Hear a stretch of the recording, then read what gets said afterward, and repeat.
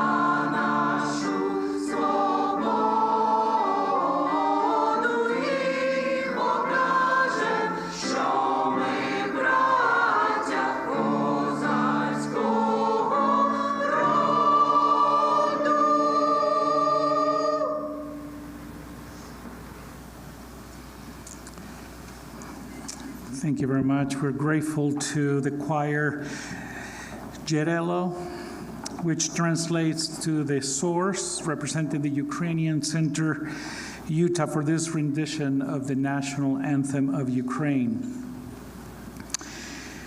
On behalf of Utah Valley University, we welcome you to the 5th edition of the Utah Diplomatic Conference. Thank you to those who are here in person, as well as to those watching online. We'll probably see quite a bit of mobility between classes. Typically, classes starts at the hour, so we'll probably see more influx of individuals coming in and out, but many of them are actually following these proceedings over the internet through our YouTube channel. My name is Baldomero Lago, and I'm the Chief International Officer here at Utah Valley University, and at this time I would like to recognize our distinguished guests. And I will start introducing the Consul General of Ukraine, the Honorable Dumitru Kushniruk. We also have the Consul General of Romania, Dr. Cosmin Dumitrescu, that actually happens to be the Dean of the Los Angeles Consular Corps. The Consul General of the Kingdom of Spain, Ambassador Juan Carlos Sanchez Alonso. The Consul for Legal Affairs of the Republic of Poland, the Honorable Dobrosława Semionowska. The Director of the U.S. Department, Office of Foreign Missions, also based in Los Angeles, the Honorable Denise Shen. And later on, the Political Unit Chief of the Office of Eastern Europe Affairs at the U.S. Department of State, the Honorable Ryan Gillinger. He will be joining us. We also have with us the Honorary Consul of Ukraine, Mr. Jonathan Freeman, and also the Honorary Consul of Romania, Mr. Mircea Diviriesyan. We're grateful to Marina Stores and for organizing the choir and the display on Ukraine. We're also grateful to the Office for Global Engagement staff, the UVU Broadcasting and Audiovisual Services, and the University Academic Administration for the support of this event. Once again, my heartfelt thank you to the choir for your beautiful rendition, and later on we'll be able to hear them again. At this point now, we will hear first from Dr. Catherine Brown. She is the Deputy Provost and Professor of Russian History here at Utah Valley University. Following Dr. Brown, we'll have the honor to hear from the Honorable Denise Shen, again, she's the Director of the Office of Foreign Missions at the Department of State, based in Los Angeles. Then we will last hear from the Honorable Jonathan Freeman. He is the Honorary Consul of Ukraine in Utah. After his remarks, we will hear again from the choir 2 musical numbers. One of them is titled Red Verbimen Bush, Chervona Kiliana, and then My Thoughts, Dumi Moi. So we'll proceed to that point. So Dr. Brown?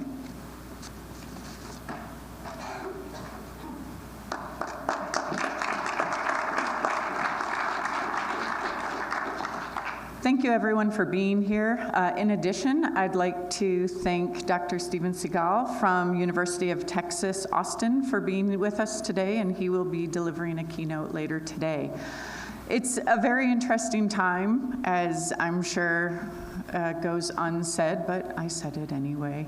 A year and a month or so ago, Russia aggressed Ukraine in the first European aggression since the Second World War. And once again, Eastern and Central Europe were thrown into confusion. This is a significant point of time.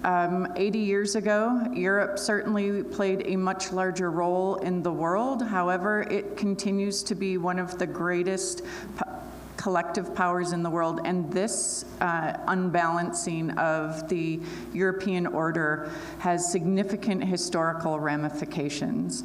As a child of the Cold War, and I'm sure many of you are as well, seeing the sabers of the nuclear weapons being rattled again is a bit unsettling. We all thought we were done with that and would have preferred it that way, but alas, that has not happened. So this conference is significant for those of you here in person and those of you online, in the sense that it's giving you a glimpse into the events after a year of digestion, so to speak.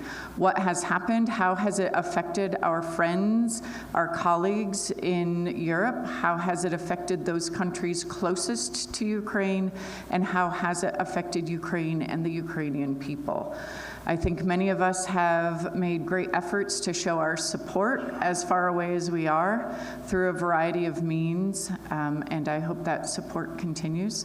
And I am heartened by the numbers of folks who are here and online to offer that support. So I welcome you to a great day full of fantastic speeches. Get to know these folks, have an opportunity to talk with them. For our students who are not children of the Cold War, this is an amazing opportunity to speak with folks who are living this reality much more closely every day. And same for our faculty, for our staff, and for our community members. Please mingle with our community members who can also give you a great perspective on how the war is affecting folks. And I am hoping that next year, any welcoming remarks will include the peace that has happened. Fingers crossed. So thank you everyone for coming, and I will turn it back over.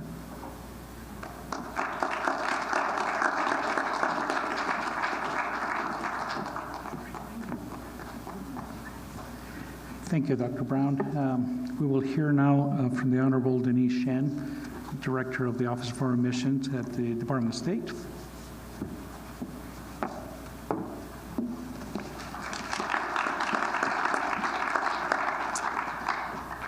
Good morning, everyone.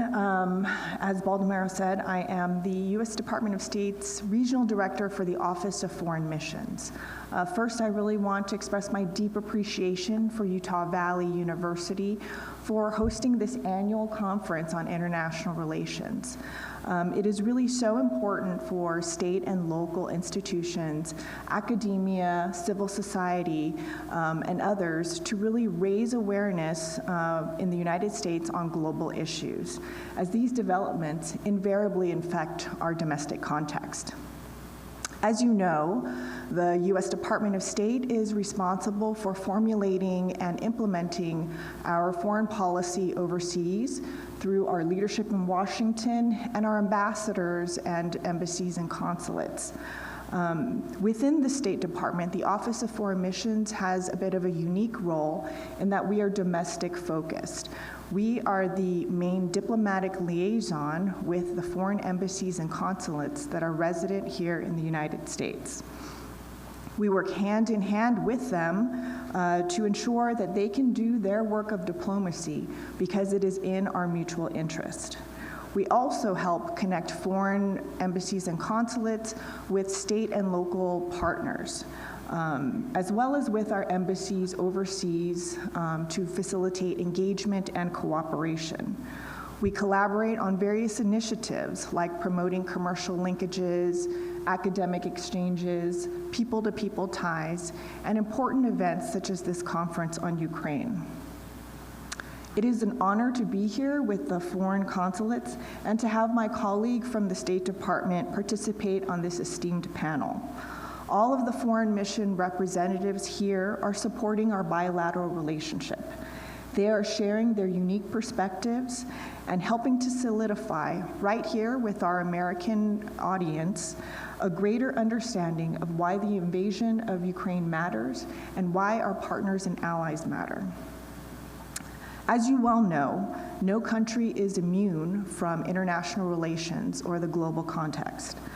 We've seen how it has affected our health through the global pandemic. We've seen how it affects our economy, global food security. The national security that we enjoy each day here, often without thinking about it, is impacted by the foreign policy decisions that we and the rest of the world make.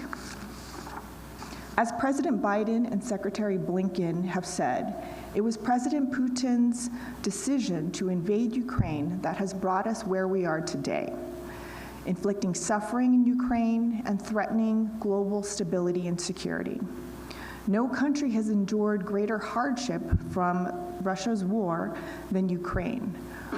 But almost every country, from Europe to Africa, has also felt the pain. But nations around the world continue to stand with Ukraine. This is because we recognize that if we do not support Ukraine, we abandon the very principles and rules of the UN Charter that make all countries safer and more secure. The U.S. will continue to stand with Ukraine until its sovereignty is respected and the people of Ukraine can shape their own future in freedom and peace. So I really want to thank all of you for being here today. Thank you for being interested and engaged in Ukraine and in international affairs. It gives me great optimism to see all of you and inspiring with your intelligence, your creativity, your motivation, and your ambition to see positive change in the world. You will no doubt be drivers for promoting awareness and understanding of global issues among your peers and with the broader public here. And we absolutely need you in this endeavor. So on behalf of the U.S. Department of State, thank you very much.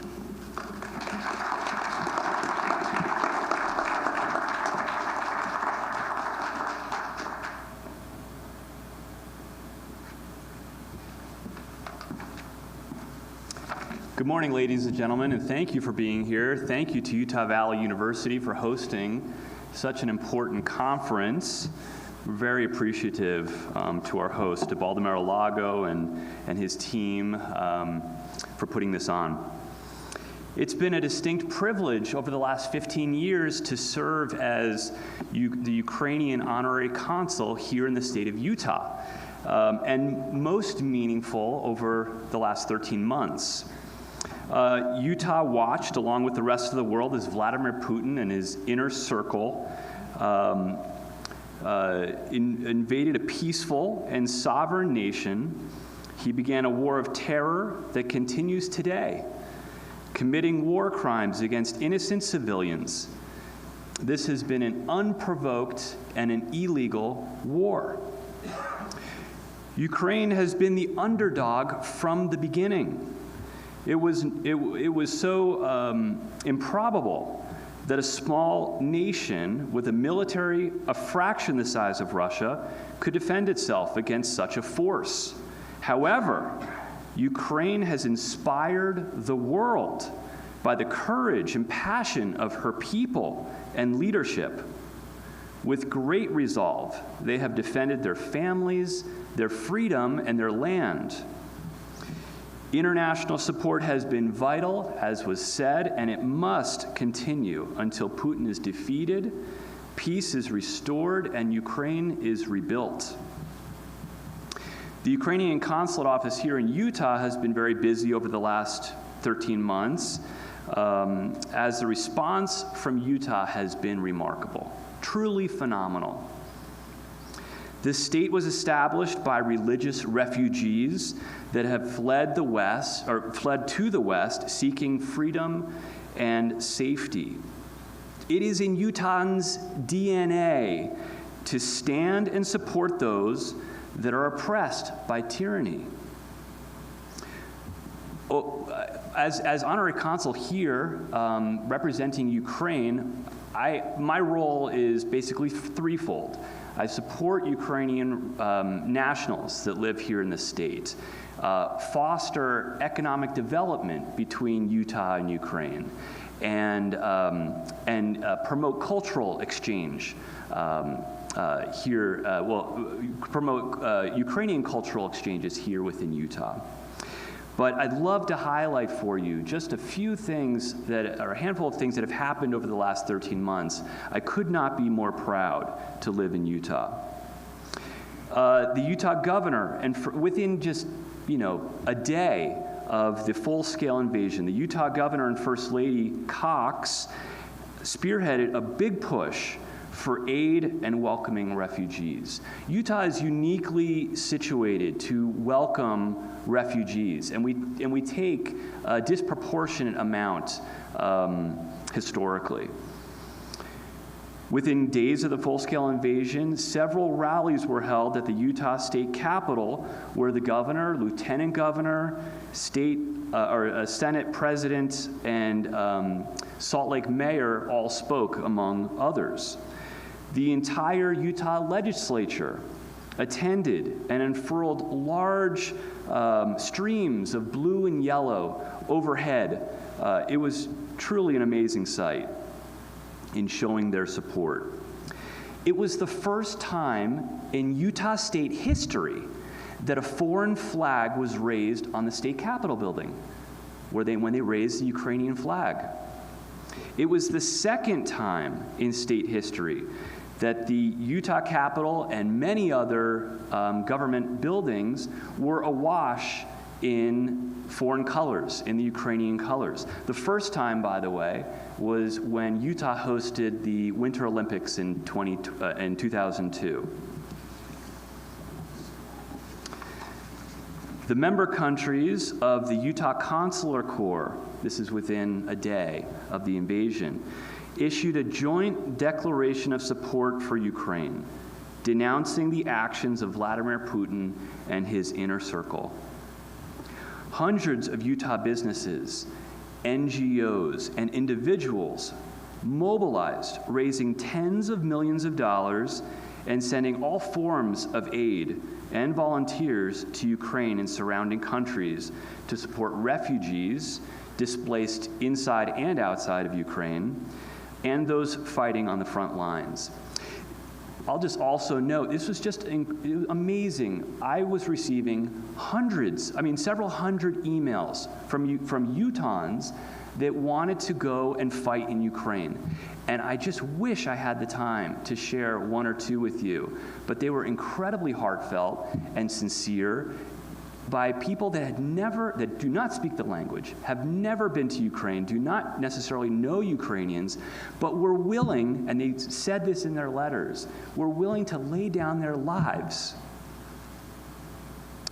to support freedom globally.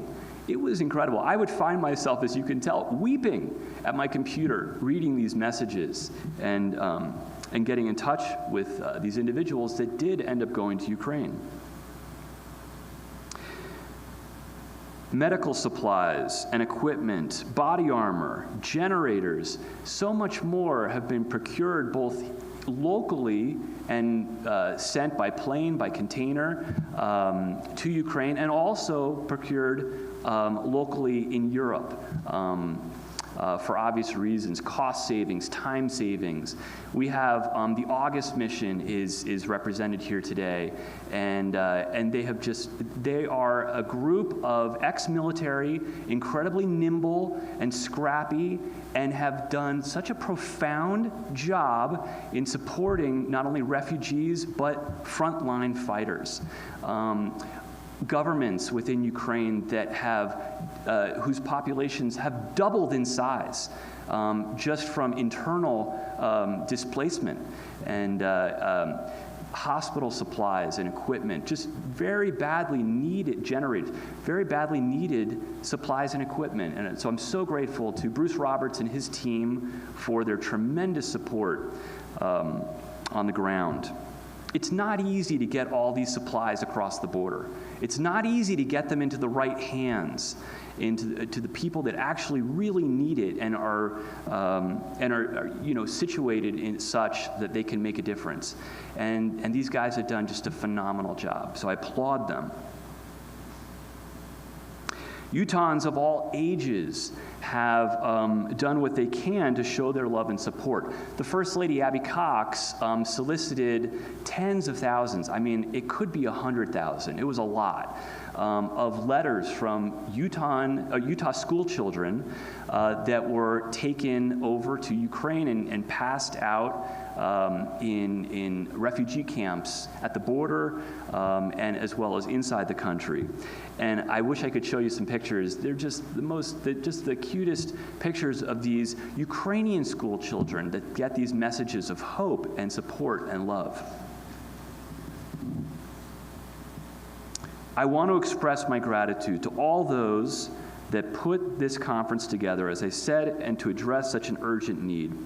Thank you to Utah and the international community for your meaningful support of Ukrainians on the front lines and around the world. And I would be remiss if I did not thank the Utah Ukrainian Association, who's represented here by this beautiful group of people.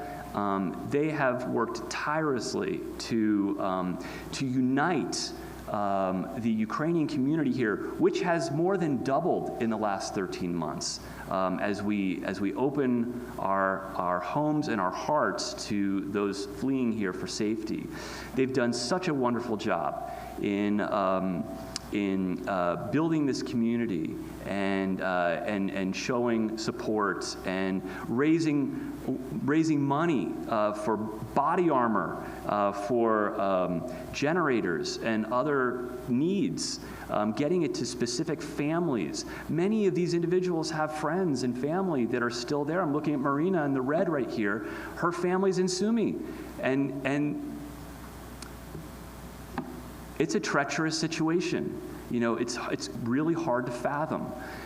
So we just send our love and support to the families of those that have been able to reach Utah that are still in Ukraine. Thank you very much. Thank you for putting this on, and yes, thank you.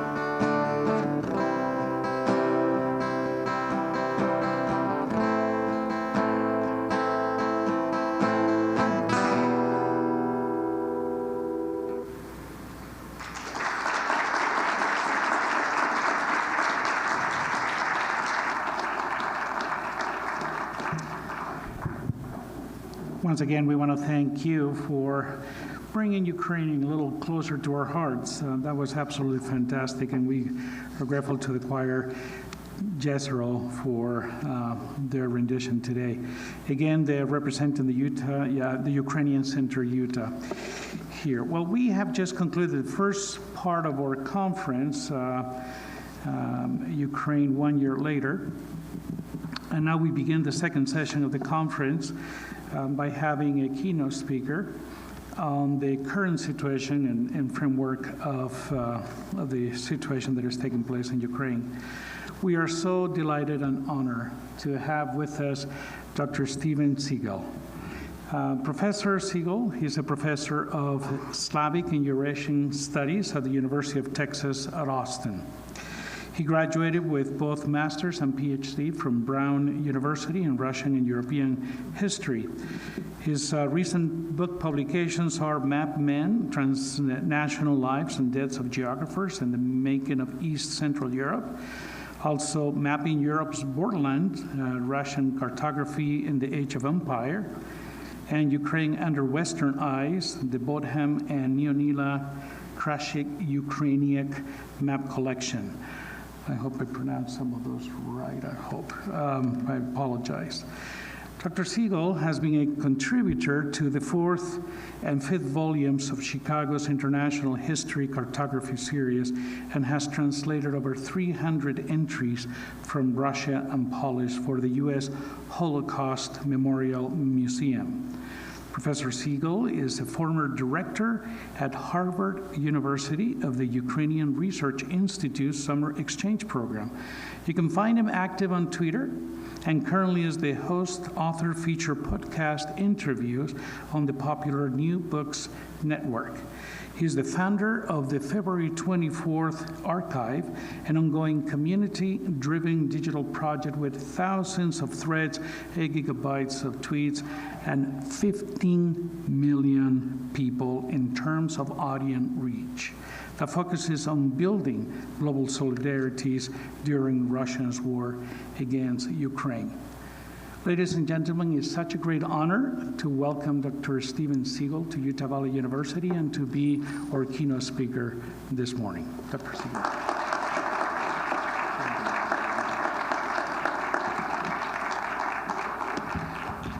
Thank you to Baldomero and to everyone who pronounces my name correctly. I'm not Steven Seegel, and so дуже дякую. Let's make sure we correct that error. My thanks for the invitation here to speak about a difficult topic. I think it's really important to recognize the music that we're hearing in our hearts, the war that's still going on, and my remarks are going to be about a war that's not just 1 year, but really 9 years. So in that spirit, let's begin. On the night of February 23rd, 24th, I collected all kinds of fears as I thought about genocide and death. Life has an odd way of being reduced. We try to make it more complicated by writing history books or dealing in lessons never to repeat or speaking of roadmaps. These things keep the gears of academia grinding or provide a diplomat's practical orientation.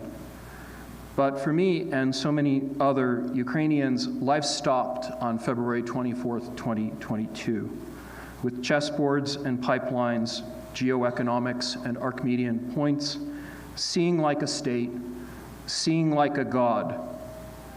Gods and maps can kill you.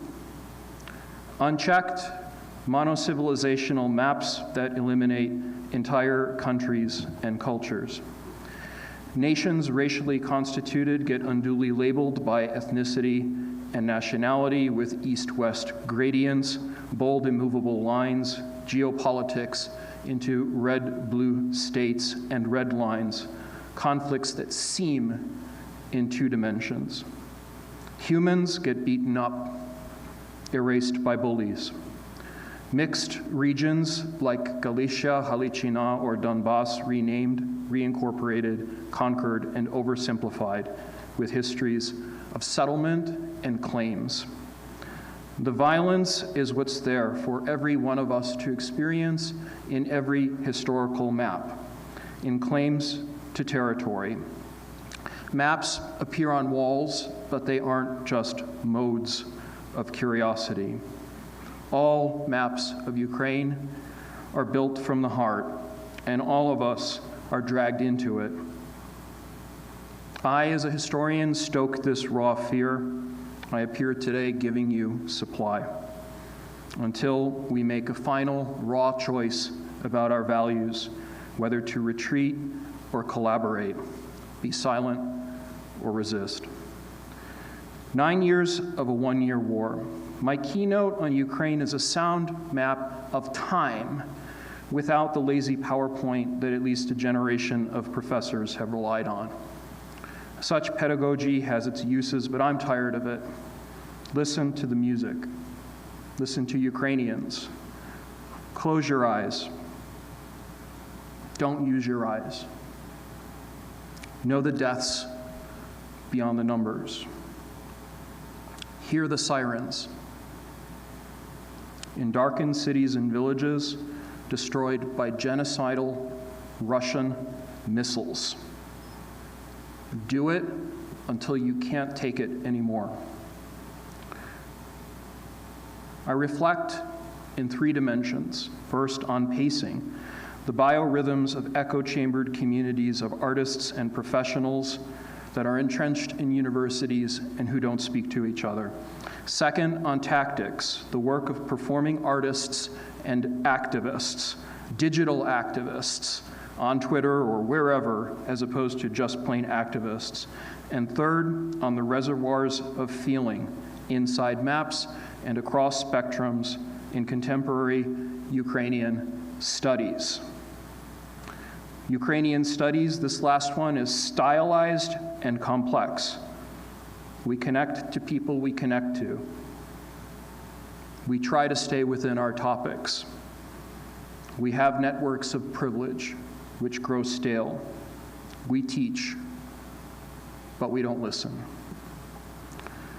Part 1, time, parentheses, history. In the time of 2022 history, Ukrainian scholars I'd respected, who'd once taken buses, trains, and metros peacefully to work, were forced to flee all the familiar spaces they knew. They rescued their parents, children, dogs, and cats. They called for arms deliveries, NATO lines of defense, and common skies to be protected. Friends of mine fought on front lines, became medics, women too, with families in full panic. Journalists reached out, and the bureau chiefs on Twitter that follow me, I'd count in this category, as they donned protective gear or crawled in muddy trenches. I had no idea what to do, if I could do anything at all. February 24th, I started tracking more accounts. I gave 60 talks and consultations until I burned out. My tractor went on autopilot. We dug trenches, virtually and actually. We pulled each other together in our lives somehow. As I tweeted from Texas, I used the language of genocide and erasure, what I had studied as a graduate student and as a translator. This was a genocide and is a genocide from the outset. It was something I could and couldn't quite articulate about life and death. In history and time, February 24th became a limit experience, a new scale of violence. 1941 and 1939 transposed to Cold War 1962. Mariupol to Aleppo, Grozny, Yemen, Guatemala, El Salvador, Chile, Guernica. In reverse, or on top, more loosely, a kind of Noah's Ark, a biblical time, 2 by 2, side by each, rescued from Ukraine. Atrocity journalists taken hostage in panic, disfigured bodies under rubble, targeted kindergartens. Distant geopoliticians from DC, more great power, man pomposity, power-flattering Siloviki from Moscow. Complicity, future denizens of The Hague.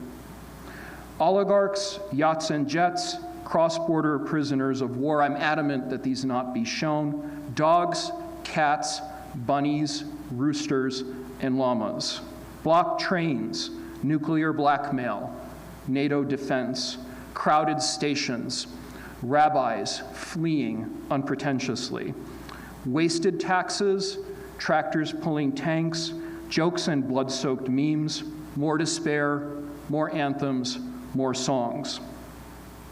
Flowers and fields of grain poisoned, profanity unleashed by the brightest fucking minds, voters and survivors dead. Scraps of donated Nazi Z metal junk, radiation, more threats, sunflowers, more threats, grain, water, soil. Russia is a terrorist state, hashtag, for that's what it is. My brave Texas student from Dnipropetrovsk, already displaced with his family once in 2014, twittered at me on February 24th at 4 a.m., "I'm literally shaking," he wrote. He and I had been on a panel just 1 week earlier when historians of the smartest kind spoke of off-ramps for Putin. My Twitter archive was built in the spirit of raw emotion.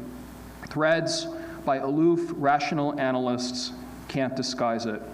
I watch OSINT accounts. I read wrong analysis every day. Observers like Michael Kaufman, someone I admire, predicted the invasion, yet overestimated Russian military prowess. I watched intelligence landscapes changed, and I watched diplomats become slower and then faster and then slower again on the uptake because I fear the worst.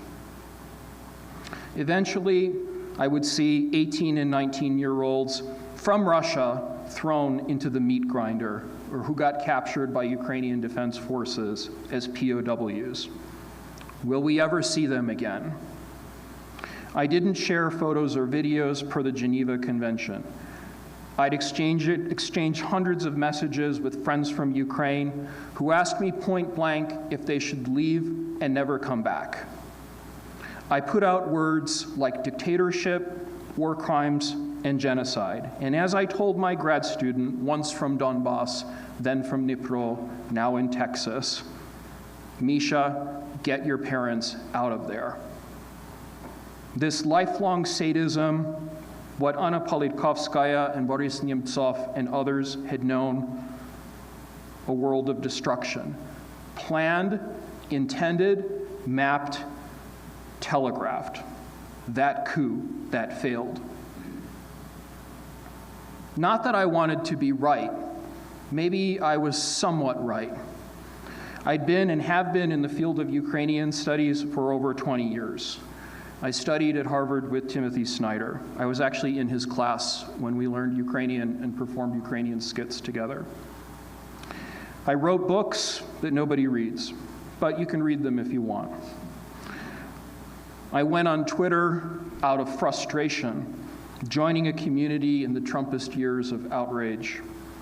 I did 88 podcasts on New Books Network, about 35 of which had featured Ukrainian history, culture, and studies. I don't sleep, my friends. This is not a good thing. Here's what I admire. I admire voices who appear in support of Ukraine and Ukrainians since Euromaidan in November of 2013, who recognize that this war has been going on since 2014. Those voices should say, "Dear public, this war is wrong. I don't care. I'm against it. I support protesters, defense, and humanitarian aid. I don't need to win arguments for my ego. There are Nazis out there in the world, Goebbels goons. Why we need Ukraine? Let's write about it. Here are our limits to human empathy and humility, but our friends are in danger, so help us help them. Help us keep a civil society and a rule of law together, and prosecute those who deserve to be damned. On February 24th, 1 year, or now more than 1 year previous, history failed when time stopped. I had a plan to mobilize and connect people in the streets. I thought of recording protest using ethical tools. Sometimes maps are ethical for lived history, but I didn't care for likes because, to quote Mustafa Naim, likes don't count. Drafts backwards, correcting drafts, warnings of 1939, the books in your library that no one reads. The books of 1914. Who started that, by the way? From the present back to the past. Drawing from Polish Solidarność, Solidarity, Prague in the spring of 1968, Belarusian women, Sviatlana Tsikhanovskaya, labor strikes of August 2020, Mustafa Naim, Tahrir, Eurasian color revolutions. All of these meet the Kremlin's disapproval. From modern America, it's hard to stand on firm moral ground. Let's be honest. The worlds we've ruined since Iraq and Afghanistan, or since the Spanish-American War, or since 1619, we're imbricated. We feel weak and insecure, insofar as the royal we can ever exist. And so I choose a different framework, peppered with Hannah Arendt, reviewing Vasily Grossman and Emanuel Ringelblum. Know their names. I hope to modulate in middles in support of Ukrainian history against colonial aggression. And therefore, I tweet and I toggle and I agitate for a transnational decolonial Ukraine in Europe and the EU in Ukraine. Responsibility for those in silence and fear. Part 2, place, parentheses, borderlands. I'm a geographer and a historian of ignored borderlands. I know how places like Odessa, Lviv, Lvov, Lemberg, Leopold, Kherson, Kharkiv, Kiev have mobilized. I know this because they sing. Their songs are songs against sirens, and these are counter weapons. Chervona Kalina, fierce resistance. The power of the displaced in solidarity, as Havel wrote about, the power of the powerless. Victims of Bucha, Borodyanka, and Izium. Before the 24th, I was in Ukrainian Jewish studies and the history of science, merrily writing books. Ukrainists in my field, and I work at the University of Texas at Austin, are firmly outnumbered by a Russocentric scholarly industry with patience for only Moscow and St. Petersburg or Cold War détente. And with that come basic limits to compassion. We fight for those we know. One of my former advisors, the historian of Odessa, she died in 2018, Patricia Herlihy, one of my idols, a historian of Odessa and vodka. She wrote a book called Alcoholic Empire, which I love. She told me once, before she died, that she thought initially, by studying Ukraine, I'd commit career suicide. But this is just academic. My task is allyship, preservation, recovery, and reconstruction, because nobody knows when Russia's genocidal war will end. Place, borderlands. Ukraine is not just a borderland, Ukraina. It is a democratic country, independent since 1991. with a longer history of freedom, Taras Shevchenko, read his poetry, and a longer history of independence. Ukraine, not the Ukraine. The Ukraine, not na Ukraine. It was partitioned in 2014 and again in 2022. Lives of Ukrainians have been devastated, but nothing is erased even as the tractors pulling Z-tanks morph into symbolic resistance, guided by some sort of raw, emotive coping strategy. And so we write books, or articles, or threads, and this is what I do. Let's chronicle this bloody genocidal war, hoping that it ends. Memorize the accounts, learn the trolls, avoid them if you can, but at least note the fraudsters. Sometimes on Twitter, I manage to outwit the algorithms, and it requires a somewhat capacious memory. Journalists follow me, and I set them up with stories, often at 3 a.m. and 4 a.m. in multiple languages.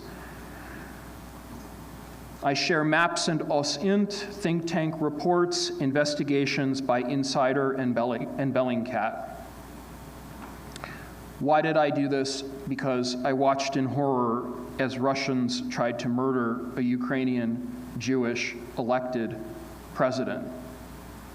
Putinists have launched missiles, and we can map it all. The evidence is damning, to rain on Ukrainian churches, schools, museums, and apartment buildings. I hope the State Department continues its work.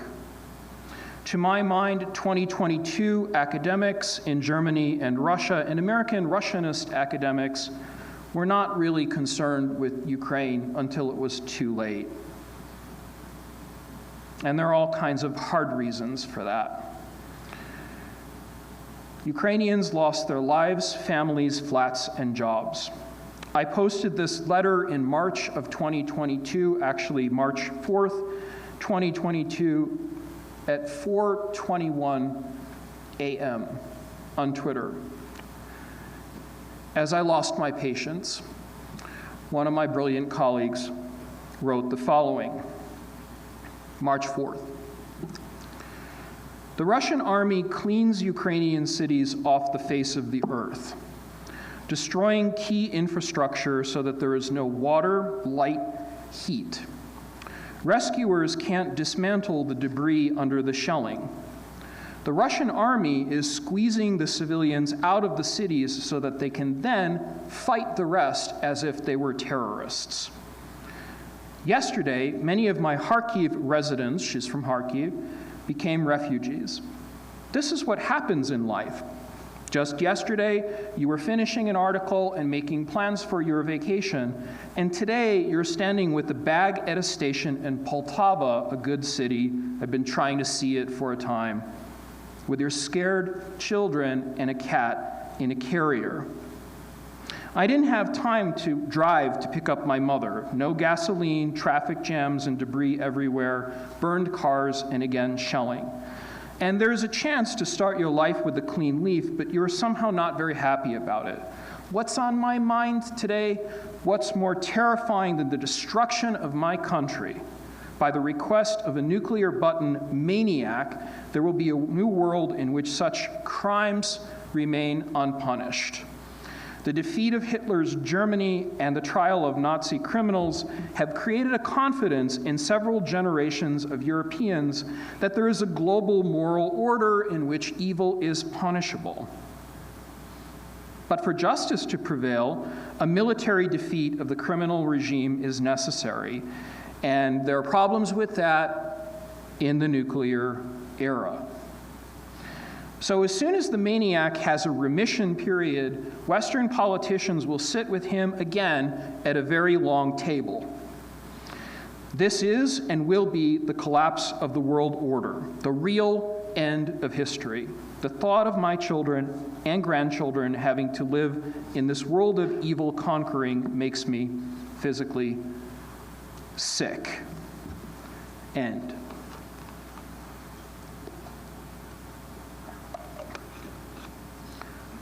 My colleagues, and this was a mid-career scholar she is in Ukraine, were losing their homes, families, and livelihoods. Try to think of the largest catastrophe in your life and match it according to scale.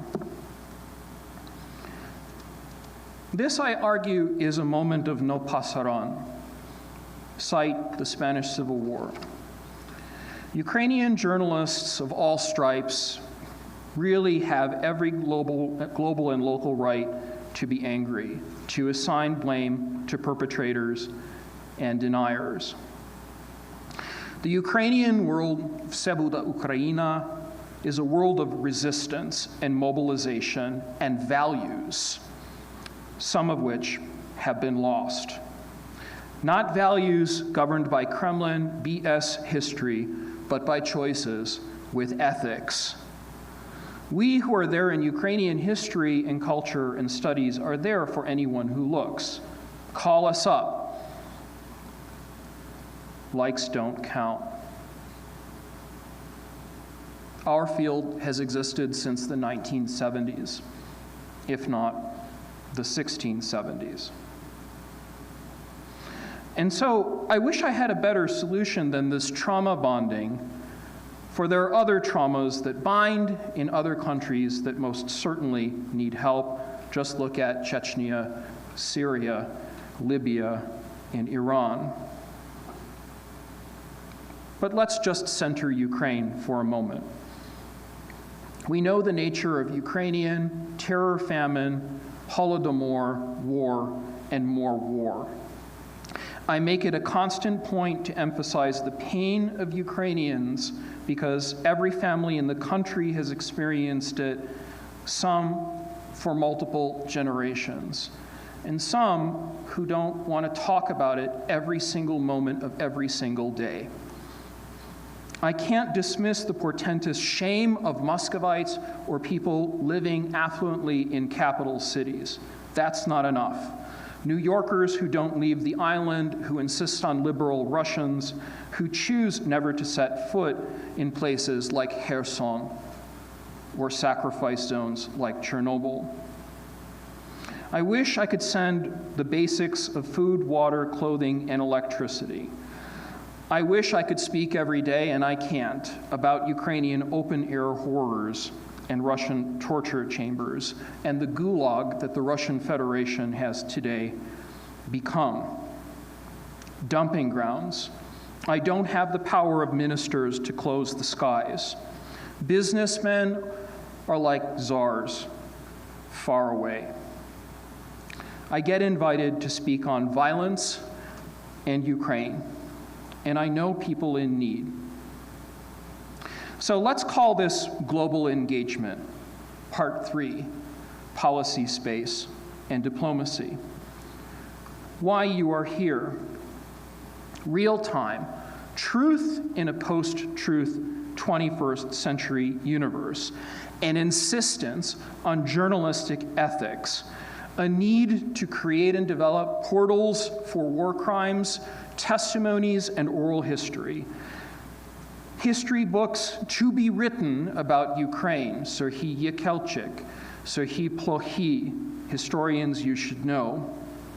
And read them, not because you want to read about them in a classroom and understand catastrophic premonitions. Read them for histories of ethnic cleansing, famine, civilian deaths, lessons unlearned, genocide prevention that fails. The abuses of maps and the abuses of the past. Sins like colonialism, imperialism, and territorial revisionism. The power of homophobic men, the fantasies of power and revenge. Putler's rage mimicked by little Putins or little Stalins. Anger against women, LGBTQIA. What fuels us deftly as protesters, powerfully, in searches for multi-allied truth, solidarity, peace, ultimately, but right now, territorial defense. This is what we do. There will be people to blame, and they will have names. So let's talk about the practical. Who among us will master digital tools after February 24th, 2022? Invite diplomats. Yes, indeed, invite them. Write to journalists and diplomats. Become the best of protesting activists. Gather funds. Start small businesses. Build archives where museums and schools have been destroyed, using years of expertise to seek to assist the victims of unspeakable horrors. Illuminate, because you've read them, writers and diarists who chronicle genocidal crime. Turn off, if you can, the sirens in your mind. They're going to haunt our children's memories. Hold spontaneous concerts, share, anthologize. Pay for musicians, yes, pay them. Violins, dance, accordions, sound systems, and pianos. Give refugees shelter, your homes, education, and health. Have historical memory. Get out of capital comforts, bubbles, and cities. Know which words, as the Germans sometimes learned, are useless babble in rubble after 1945. Study languages. Study Ukrainian. Speak and focus. Focus on the marginalized and not just the numbers. And if you want something really practical, aim to reconstitute the EU and transatlantic security environments. Please arrest Putin and his Goebbelsian goons. I'm begging you, as they cross into your country's space. Viktor Orban, I'm looking at you. The Hague is waiting for them, the next Nuremberg moment, and reaching out to us in Ukrainian studies in the field for 10, 20, 30, and 40 years can't hurt. Yes, we know about Georgia. Yes, we teach about Chechnya and Syria. In fact, I assigned Anna Politkovskaya in my undergrad classrooms when I taught at the University of Northern Colorado every year. Every year every year they read her until she died, and then after she was killed, they read her some more. Multiple voices out of Ukraine are the key. I see the importance from 2022 to 2023 of saving and digitizing primary sources, taking these history courses. There are many, many, many things I can mention. I'll just mention two. One is the advocacy efforts of the Center for Urban History in Lviv. They have an enormous Telegram archive of Russian military bloggers and Russian military accounts. I think it's about 10 GBs. My Twitter archive is about 25 GBs right now. There's also an initiative called Saving Ukrainian Culture and History Online, or SUCHO, and I'm working with my professional organization, the Association for Slavic, East European, and Eurasian Languages, just to preserve things, sources, memes, songs, everything. My advice for digital activists is to become more civic-minded, but also to leave room for spontaneous interconnections. The incorporation of exchange, student exchange, is an ultimate platform for conversation. To get out of priesthoods of intelligentsias, this is the old Russian way since the 1830s and the 1840s, when they debated the Slavophiles and Westernizers and left Ukrainians out of the conversation. Account for positionality and intersectionality, subgroup segmentations, gay and queer Ukrainians, people who are activists, who put on Kiev pride. I think they're admirable. Call out West-splainers who don't speak Ukrainian or Russian and who have no training. Note fake accounts and grifters. There are a lot of them if you've just been reading about James Vasquez. Report unsourced news. It helps. Contemporary Ukrainian studies is anchored against the Kremlin's active denial of modern Ukrainian history. Thinkers like Ivan Franko, Drahomanov, for instance, read their works from the 19th century. They imagined what a Ukraine independent and free would look like. All of this can be done because the sirens haven't stopped, at least not yet. We must do global engagement better. The Kremlin is no match for a multicultural, civic, and digitally activist Ukraine. You might think of it as a Goliath. It's not. In appealing for solidarity against aggression, Ukrainians are the global guiding stars of the moment, even when we get tired of the war reporting.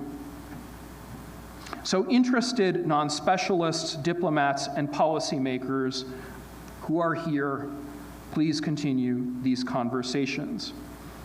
I think this will make democracy stronger in the way since at least 1968, Prague is a good reference, Central and East European traditions of anti-communist democracy and grassroots and civil rights and human rights movements guided the end of communism. So to conclude, Ukraine has a history, fine. Ukrainians have agency, also fine. These are mantras, and I would say in some ways meaningless cliches that Russians and Soviet Russian academics use to go anti-war, some are actually anti-war, нет войне, hunt for competitive jobs, we don't have enough of those, pretend to be liberal, this has failed, and cover up prior ignorance, this can be corrected. Ukrainians, if you've watched the Oscars, are not fooled by Navalny public relations campaigns in the world, any more than they're swayed by Kremlin propaganda. Ask a journalist, ask a Ukrainian journalist. Because, to quote Leonid Kravchuk, this is the first and last time I will quote him, Ukraine is not Russia.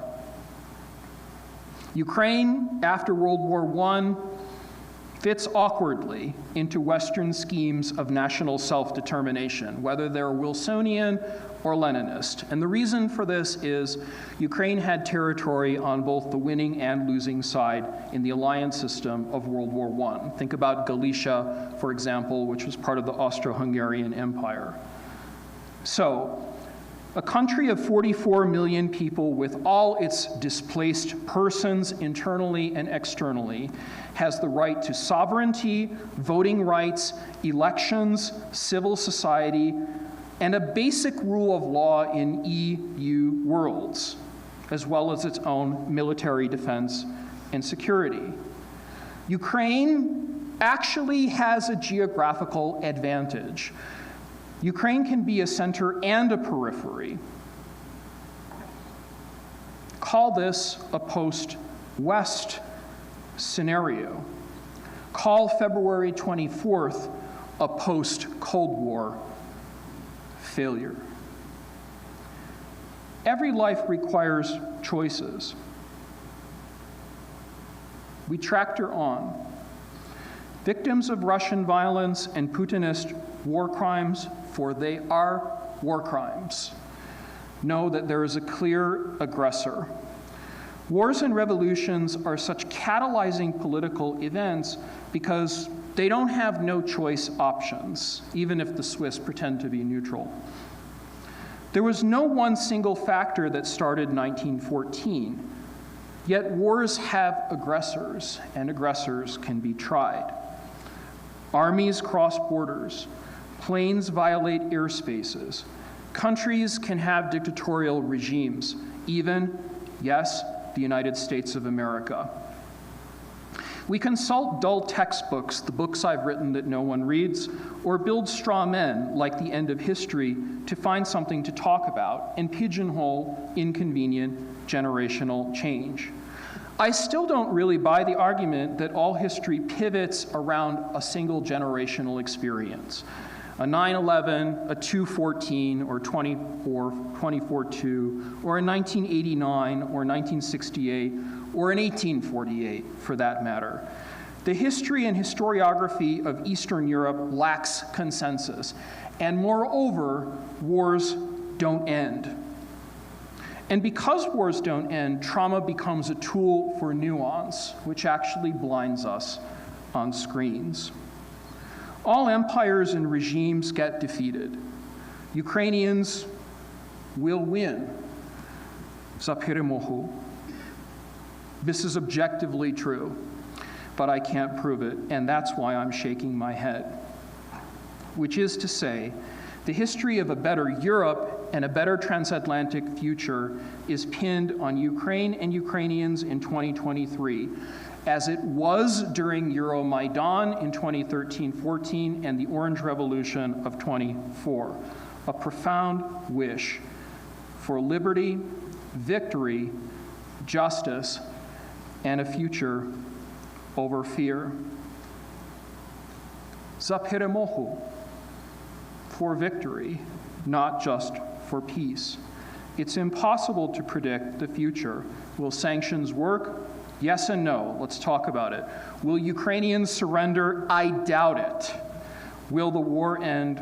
All wars end, and all wars linger.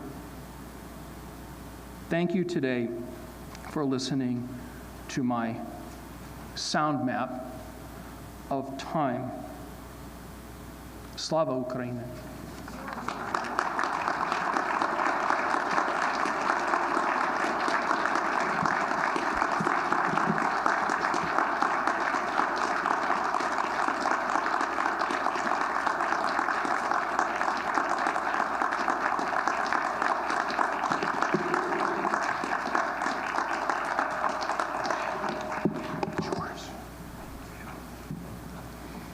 Thank you very much. That was remarkable. It was hard to hold the tears. Thank you. That was inspiring, and we are so honored that that message has been recorded, broadcast, and for us to be able to review and to listen again. So now at this point, we're going to have a break, and while we set up the stage for the panel, we have the diplomats that will be part of the panelists. They will be moderated by Dr. Fred White. And so we will like to resume at right 11 o'clock sharp, and the stage is going to be set up. I want to thank all of the individuals that have participated this morning.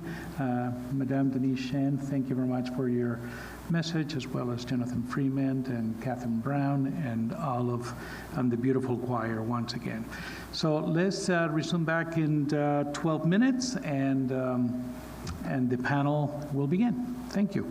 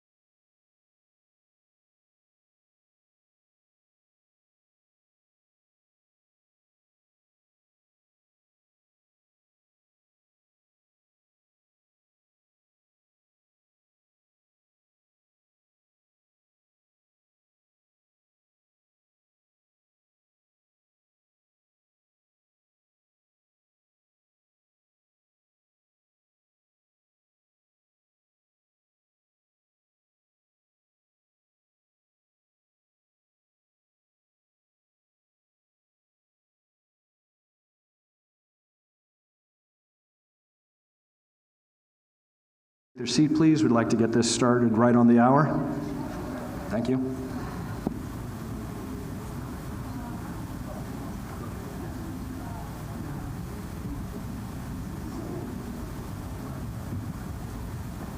Doesn't matter.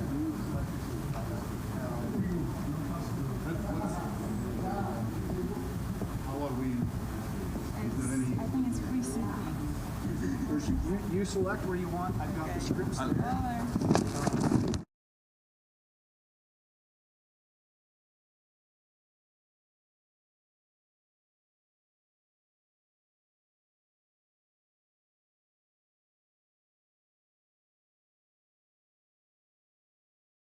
Right here, right next to me. I've got the script there.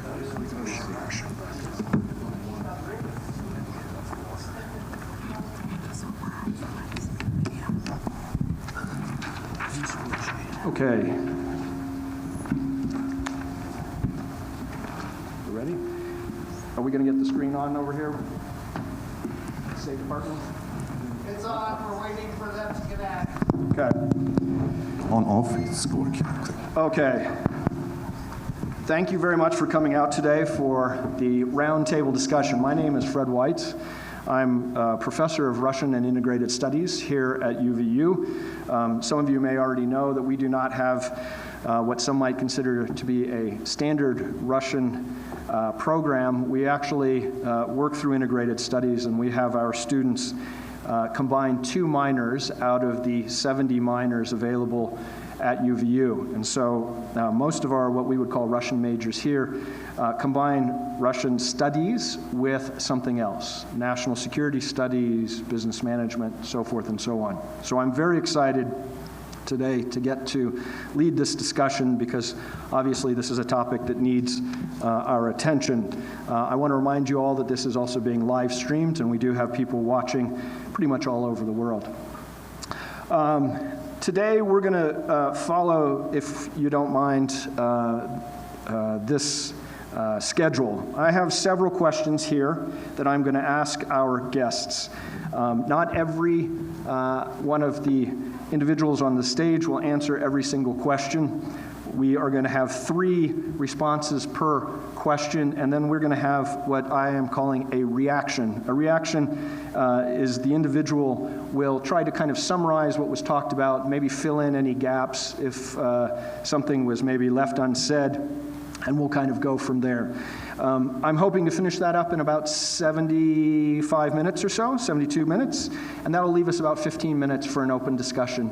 I've then just been asked to give some very brief closing remarks, which I'll do no more than 5 minutes, I promise, and that'll bring our roundtable to a close. Okay, so thank you very much again for coming. Here we go. We're going to start with the first question, if you don't mind, and I'll direct this at the Honorable Consul of Poland, Dobrosława, Szeminowska. I'd like to know, how has the Russian invasion of Ukraine been received in your country over the last year?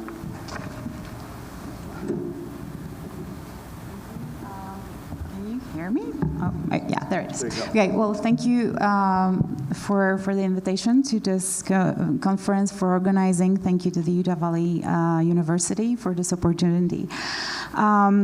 Since we have a little time just to answer our questions, I'll try to answer that. Well, as you know, as most of you know, a little bit of Polish history. Poland has an extensive experience with Russian imperialism.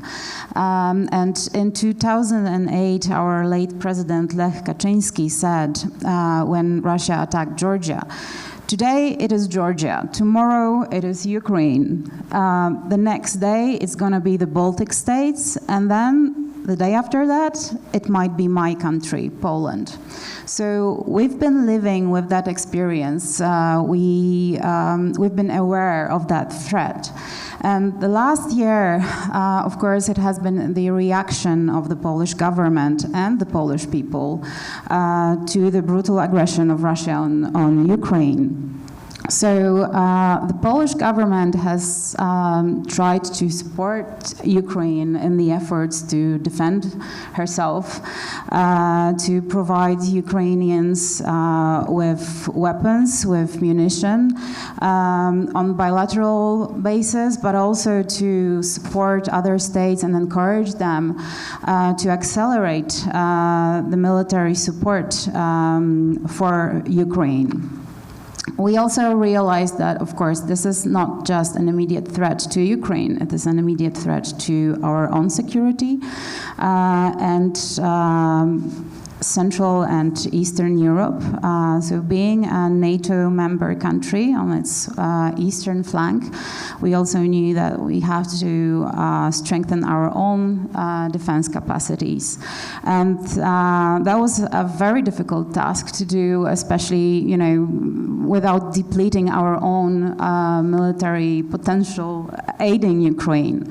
So for the past few years, Poland has been spending more than 2% of its GDP on defense purposes, and that has grown to 3% during the last year. And then last but not least, the society, the Polish people who had to react to what was happening. Every Pole wanted to have some agency, to do something facing what was going on. So 77% of Polish people are in some way engaged in providing assistance to Ukrainians. Well, sometimes it's just, you know, giving a sleeping bag to someone, but still, it's the way it is. So it's been a very difficult year, but I think Ukrainians are having a definitely worse year than the Poles. Thank you. Thank you very much. Now I'm going to turn to Consul General of Romania, Cosmin Dumitrescu, and I will ask the exact same question. How has the Russian invasion of Ukraine been received in your country over the last year? First of all, thank you for the invitation. I'm really honored to come back again here. It's practically my second home here in the United States after Los Angeles. And congratulate the university for succeeding in putting together this nice image of solidarity. Because how Romania received in the last year the impact of the Russian aggression, illegal, unprecedented, unprovoked, illegitimate aggression against Ukraine, practically caused a multi-layered reaction, a very complex one. Romania, as well as Poland, is the most advanced NATO country in the eastern flank. And Romania has a long history of unfortunate and unhappy relations with Russia. Seeing the unthinkable happening, because nobody could think about any other possibility of having a war in Europe in 2022 or in 2014, of course that the reaction had to be multi-layered and divided on special and complex actions. The action of Romania as a member state in the European Union, the action of Romania and Romanian people as an ally, as a member of NATO, and of course the action of Romania as a friend of Ukraine. Of course that the military consolidation is a must, and Romania already had given more than 2% of the GDP for the military endowment and for its participation into NATO. At the same time, the position of Romania, together in solidarity with Ukraine, but aligned with the whole action of the European Union for supporting Ukraine, has been welcome and really efficient. And we'll come back to that at the next questions, if I may. At the same time, Romania has action with the partners in NATO in order to build on the eastern flank force enough to deter the Russian Federation about thinking of advancing. then the reaction of Romania for helping, for supporting our Ukrainian friends and partners and brothers has been absolutely fantastic. And the percentage that Dobroslava, my friend and colleague, mentioned, of more than 70%, 72, 73% of the Romanians are somehow involved in helping in the humanitarian way, in the energy security field, and in, I must define it as multi-dimensional and comprehensive kind of support. Thank you. Thank you very much. Finally, I'll turn to Consul General of Spain, Juan Carlos Sanchez, and ask the exact same question. How has the Russian invasion of Ukraine been received in your country over the last year? Well, thank you. Good morning, everybody. It's for me a pleasure to be here. And I would like my colleagues to say hello and thanks to all of you who have invited me to be here, to my dear friend Baldomero Lago and all his team for organizing this. This is my third stay here. I would rather be in this morning talking about other issues, talking about climate change or water supply or whatever. But we're here to talk about Ukraine. Since 1 year ago, President of Russia, at the same time socially a thug, a bully, decided to break our system of security in Europe that was in force since World War II, and to ravage a neighboring country, destroy a society, and open the unknown for us, for all the Europeans. We are at the other side of Europe. We are not receiving, the effects of the conflict with a large extent of people, like my colleagues here from Romania or Poland. But we are European countries.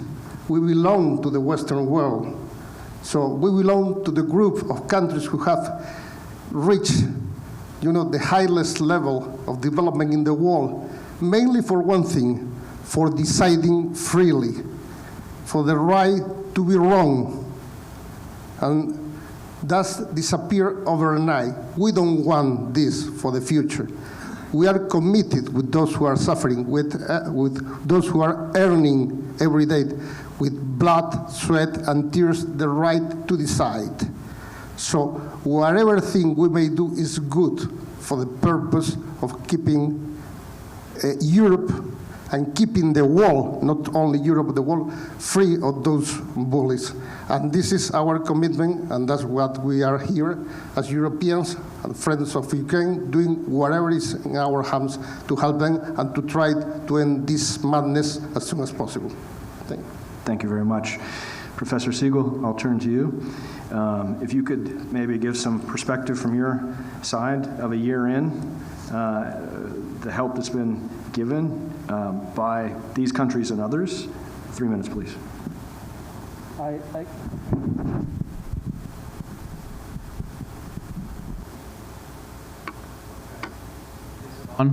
Okay. So I'm very skeptical about shows of solidarity. I prefer the phrase fragile unity because I think in some ways this is an everyday negotiation, but everything that I've heard here is true.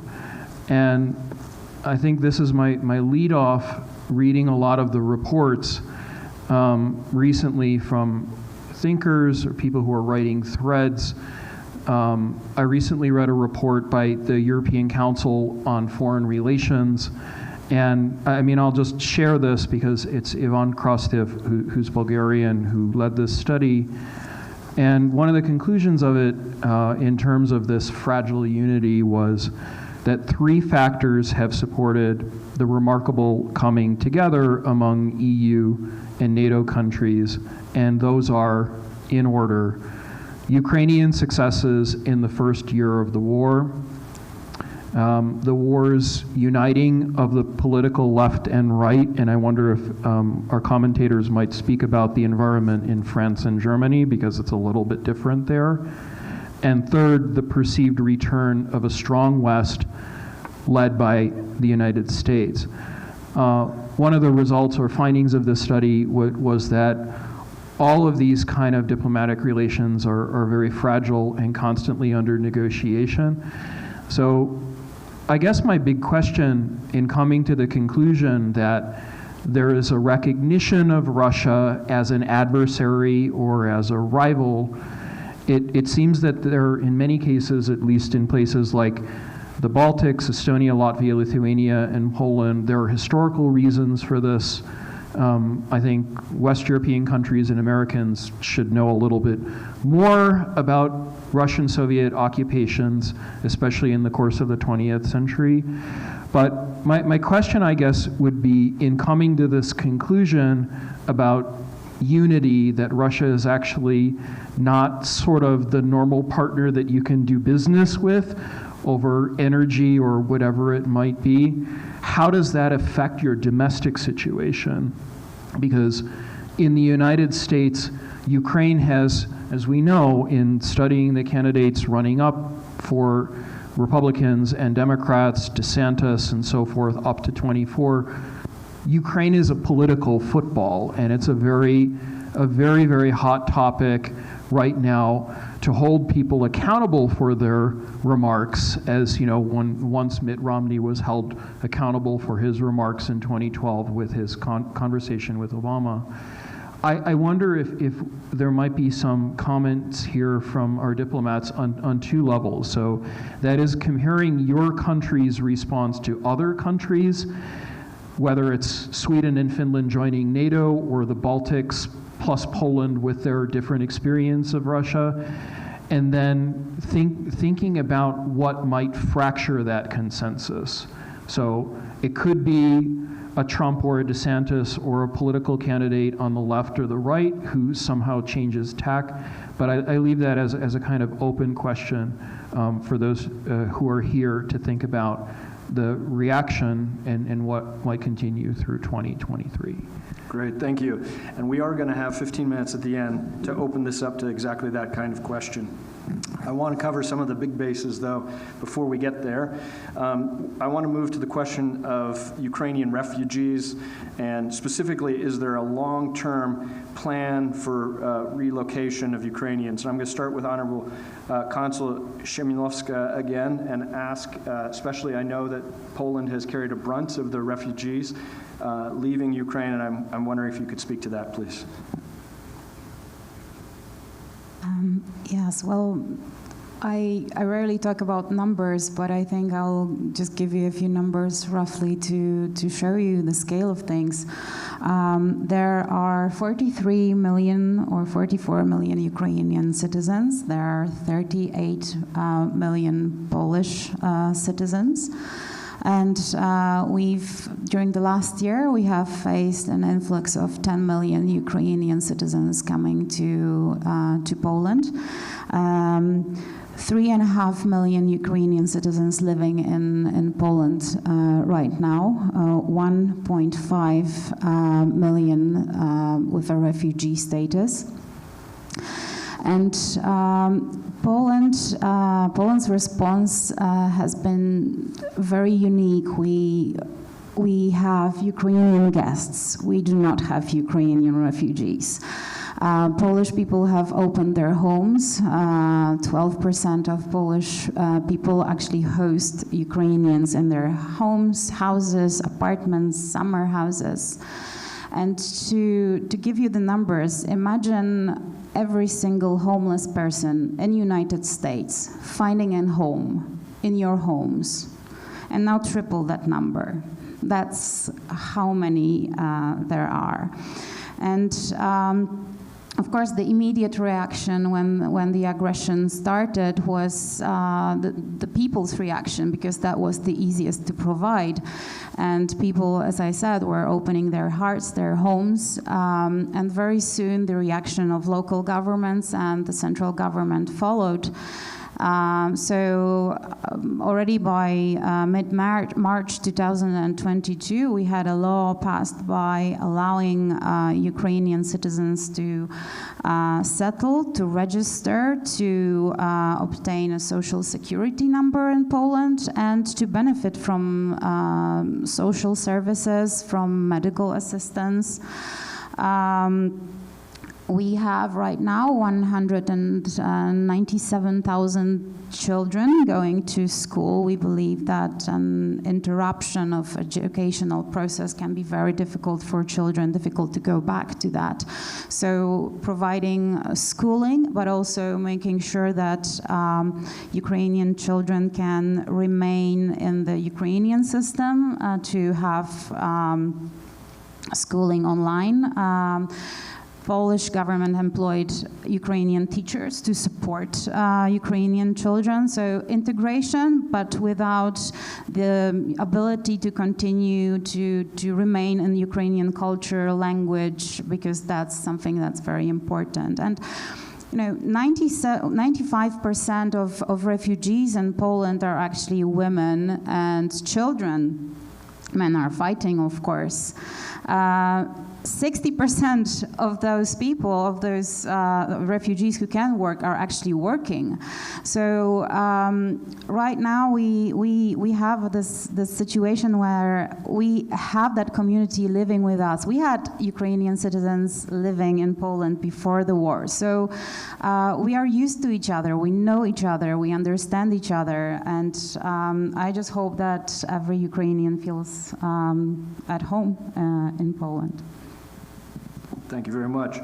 I'll return to Honorable Consul Sanchez.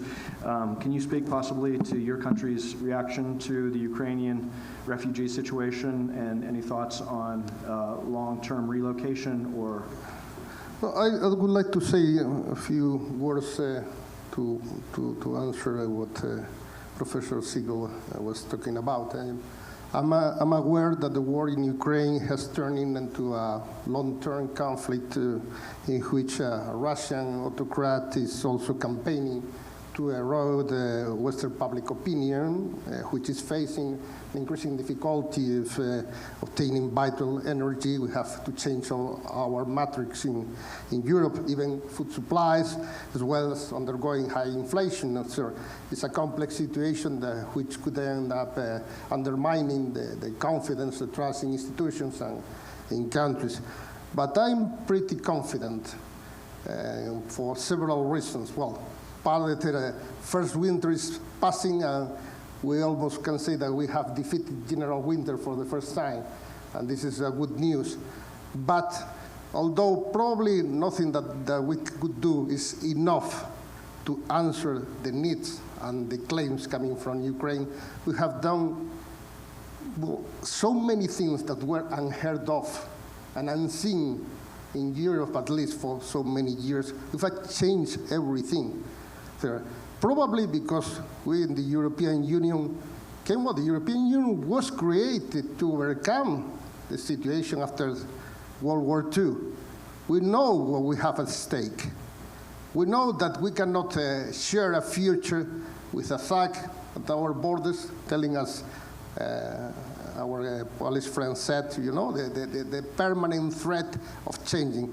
Probably we have deserved this because we didn't answer, we didn't anything at all when Putin took the first measure to invade Crimea in 2014. We are now complaining of not doing much at that time. And probably for many years, Putin has been measuring, tailoring the lack of answer of the Western community. There's, Crimea, Brexit, COVID. I wouldn't say, our process of living Afghanistan, that it was not one of our best times or days to do so. Well, apart from that, we are trying to do what it is in our hands. In the case of Spain, we are receiving now, according to latest stats, 170,000 Ukrainian refugees.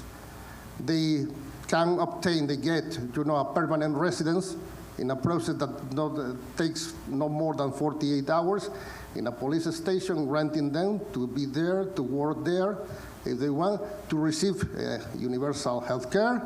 And those children who are till 16 years of age, they are compulsory go to a high school. There's no problem with that. There is even a situation to recognize driver's license, whatever. They can stay over there under permanent basis. So no problem for that.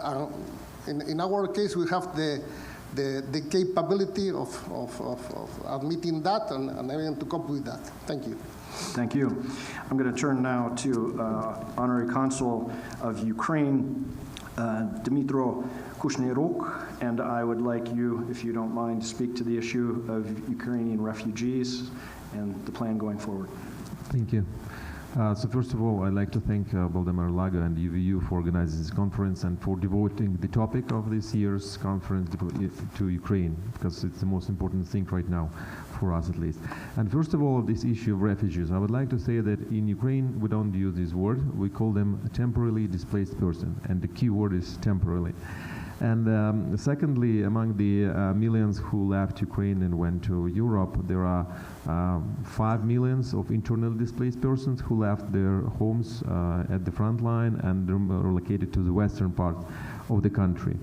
And third, we will, of course, will never get tired to say thanks to, first of all, Poland and also Romania, who are the bordering countries and which received huge amount of Ukrainians first days of the war, opened the borders, like people could leave without even having a passport, any foreign passport, just any passport at all. So that means a lot. We'll never forget this. It is very sincere. Also to Spain as well, because they received also lots of Ukrainians. Then, as we're here in the United States, I would like to comment on the question I'm being often asked, like how many Ukrainians have come here to the United States since the beginning of the war. And according to the information we have, so this so-called U4U, Uniting for Ukraine program, since it has been introduced, 220,000 applications have been filed by, it's not by Ukrainians, but by receiving hosting families. Among them, 150,000 approved and 120,000 have arrived to the United States. Of them, the leaders in the United States are New York State, Illinois, and California. But Utah is not in the top 10, but maybe given to the percentage of the population, the number is still big, and we appreciate the support from the state of Utah. Thank you very much for that. And of course, the refugees which were leaving Ukraine going to Poland first days of the war, and those who come to the United States are different probably categories of people, because the here is more like a conscious choice to go. Also, what I want to say is that we all remember that at the beginning of the war, there were not so many countries willing to help Ukraine with military aid, but mostly were helping with refugees. And those, for example, it does not refer to Poland in any case, because they're helping a lot military. But the Germany, for example, first maybe months of the war, they were saying, oh, come on, we cannot help you with military, but we accepted so many refugees. But now it changed, and even the Germany has become one of the leaders of the European Union in terms of providing Ukraine with military equipment like Leopards, tanks, and so on and so on. And also, by the way, the Romania and Spain have always provided also to Ukraine a lot of military aid. Spain provided air defense, and Romania a lot of ammunition and other things. Because this is really the most important thing for us Ukrainians right now, and it's also connected with our Ukrainian refugees. But because the sooner we get the help that we need, the sooner we will get the victory in the war, and the refugees can come back to Ukraine. And this is our eventual goal. Our plan for relocation of Ukrainians is to have all of them come back and take part in the rebuilding of Ukraine. And we hope that majority of them will eventually come back, and this will help sooner than later. Thank you so much.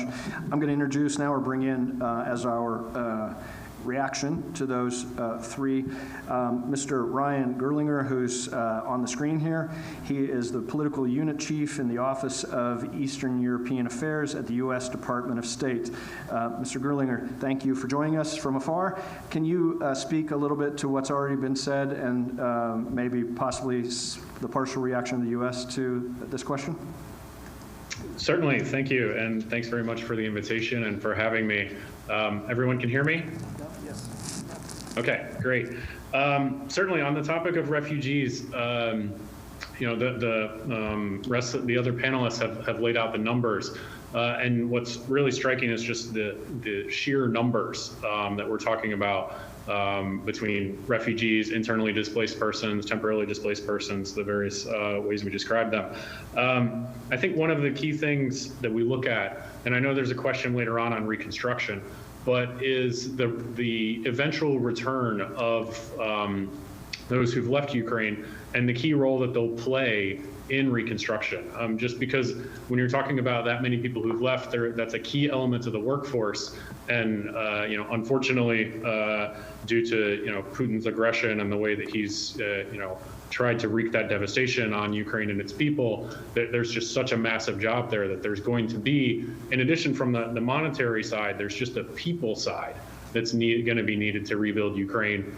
And having the conditions right for people to return is going to be a huge part of that, and that cuts across everything: security, economic, political, getting all that right so that not only is there eventually at some point some sort of peace, or at least something like it that allows for Ukraine to start to rebuild, but then also for people to return and join into that. The mention of the amounts, that especially with the example of Germany and others, Poland, certainly all the countries on the panel that have spent to house and support the refugees.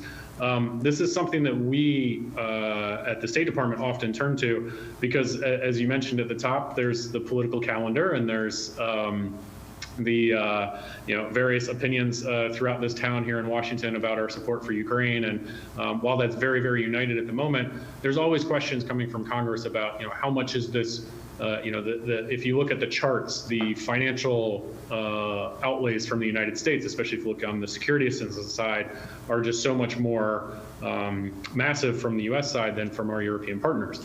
But if you look at it, diving in in terms of percentage of GDP, and then also when you incorporate not just the security support, the budget support to Ukraine, but also the amount spent on refugees inside countries that are hosting them, then that's a much, much more even picture. And so this is part of the story that we're continually trying to tell with Congress, with our elected representatives, and also with the American people, that it's, while the United States may be leading in a lot of ways, we're not alone in our actions here. Great, thank you so much.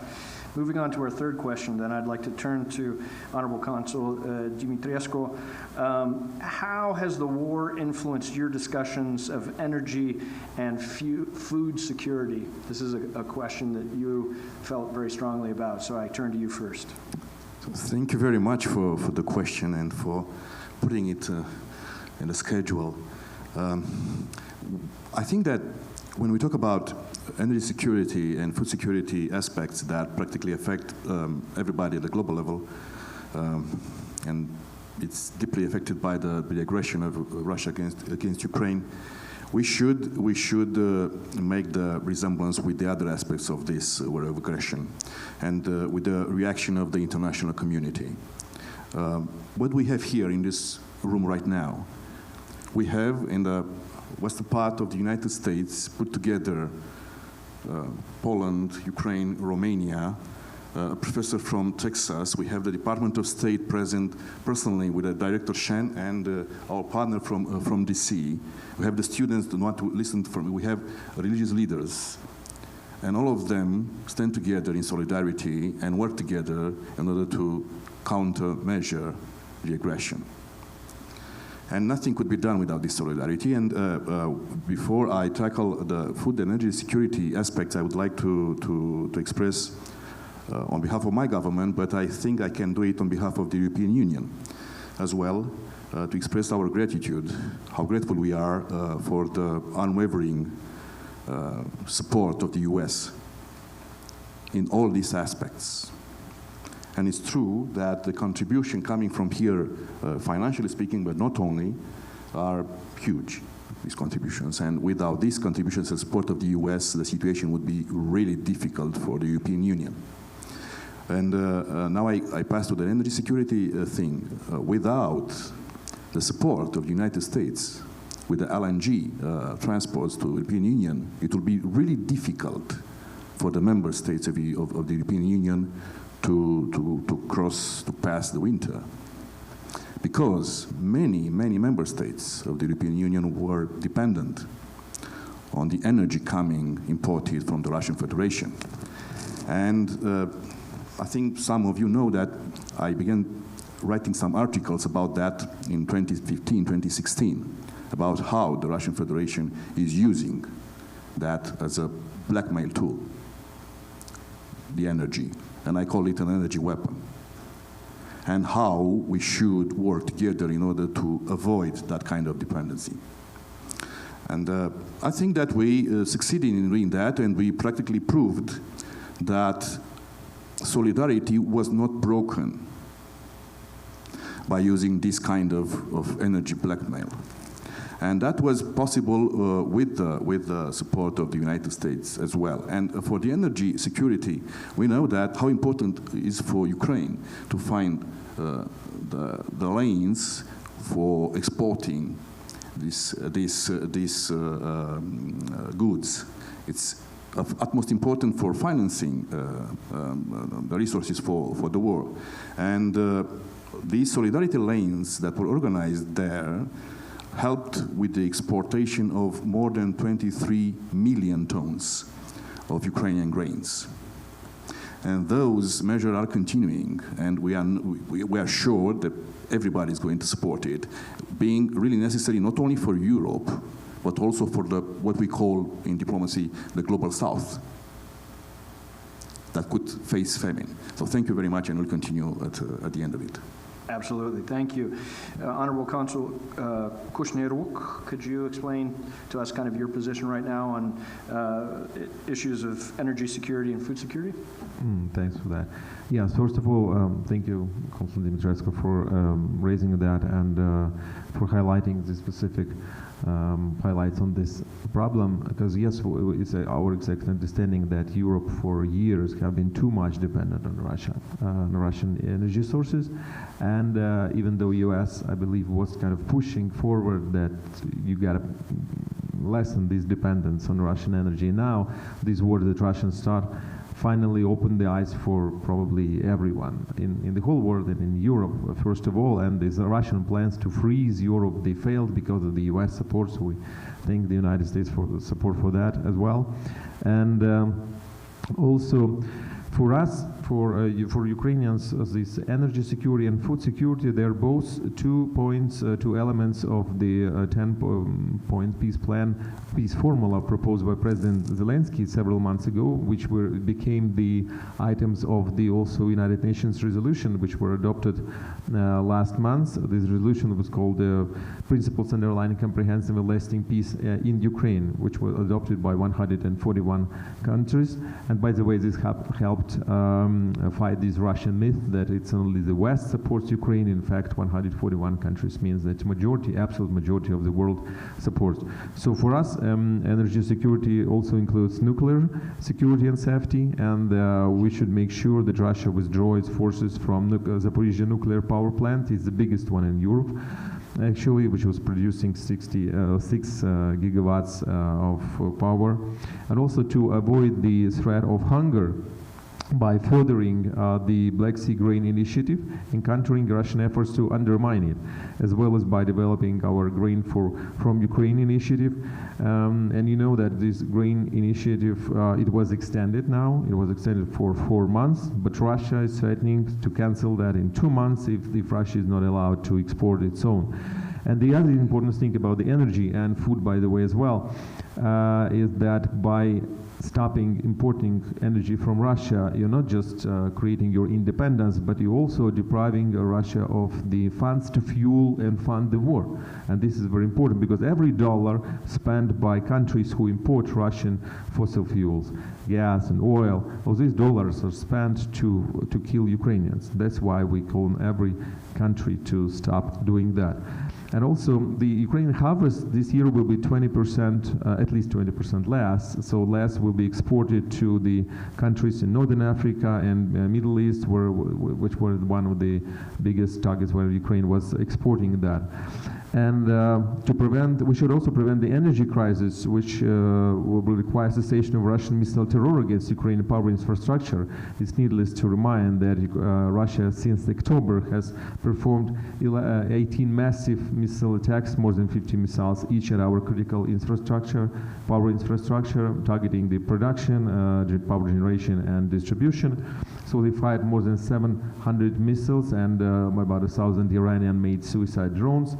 And luckily right now we don't have the power outages, but that's partially because we're, since the beginning of the war, our electric grid was disconnected from Russia, but connected with the European Union. And when we had a very bad situation, that helped us a lot, and hopefully when we will be able to restore it, we'll be exporting energy again as we did before. Thank you very much. Mr. Gerlinger, I turn to you now to speak about the U.S. position on energy security and food security challenges, please. Sure. So, I mean, we've been had active discussions on both of these topics, since before February of last year, but, definitely the full-scale invasion really focused our conversations there. I think on food security, as other panelists have talked about with the Black Sea Grain Initiative, I mean, that's been a huge focus, is supporting the arrangements brokered by the UN and by Turkey to facilitate the flow of grain out of Ukraine. I think one really illustrative thing to look at is back in the fall, when there was the previous discussion of rolling over and extending the initiative, which was initially set up in July, there was a period in time where actually Russia suspended its participation and had threatened to then disrupt flow of grain out of Ukrainian ports, but they never made good on that threat. And in addition, one other thing, one piece of data that we took out of that was that, Russia slows down the inspections of these ships leaving the ports to the point where usually there's about 3 or 4 that leave every day. Well, in that time where Russia suspended its participation, there were more than 40 ships leaving every day. And so it really just shows how Russia is trying to control the narrative, and then when we're actually able to break through that and expose its true actions, see just how much it's working to undermine global food security, with its actions that it's taken against Ukraine. And so that's really the challenge that we are up against, and that we keep pushing to have this initiative be renewed and be renewed for longer, to make sure that those vital food supplies can get out to a lot of markets that are very, very dependent on grain coming from Ukraine or from the region. On energy security, certainly we've had conversations for years about the importance of energy diversification. I mean, going back to the very beginning of my career about 15 years ago, we had that in the context of sort of diversification away from an over-reliance on oil coming from the Gulf. But it's been part of the, then we've had conversations about it in the climate context, for more renewable energy and those goals and why we would be supporting it. The war has then just focused even more needing to have that diversification. Unfortunately, we've had, a few factors, a relatively mild winter in Europe and the surge in U.S. LNG that's been able to come online. At the same time, we're always cognizant of, the vast majority of U.S. LNG comes out of the Gulf of Mexico, and we get a hurricane in August or September, and we could have, disruptions there. So it's important to continue to diversify. This, U.S. LNG has been great, and we certainly absolutely have been, at the forefront of pushing it and getting it out to our European allies, and helping to structure contracts and things. I mean, the effort last year to move supply around the world, that was just massive to fill the gap.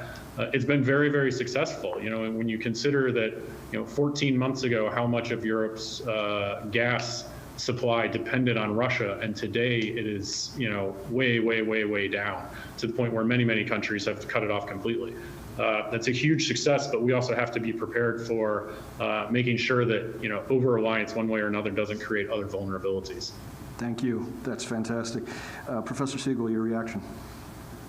So thank you to these really interesting comments. I'm actually learning quite a lot just listening to you about food and energy security.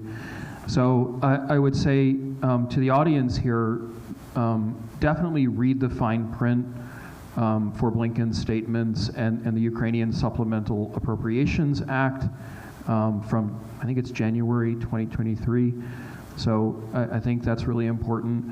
One thing we haven't talked about yet is China, and I'm sorry to bring this up, but I actually think this is a really important question in terms of liquefied natural gas if we drill down into the details of this, because there are so many contingent factors right now, and now that China is reaching out to the Russian Federation to make it its resource colony or whatever you want to call it, and Japan is reaching out to Kiev.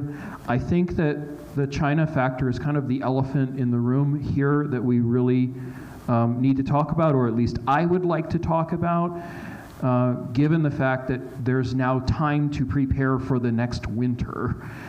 And in reading a lot of the statements, I think that we're at the moment where it's gone from a sprint to a marathon, from short term to long term. I wonder if our diplomats as respondents might talk about the China question. And what I mean, I think, concretely here is with demand.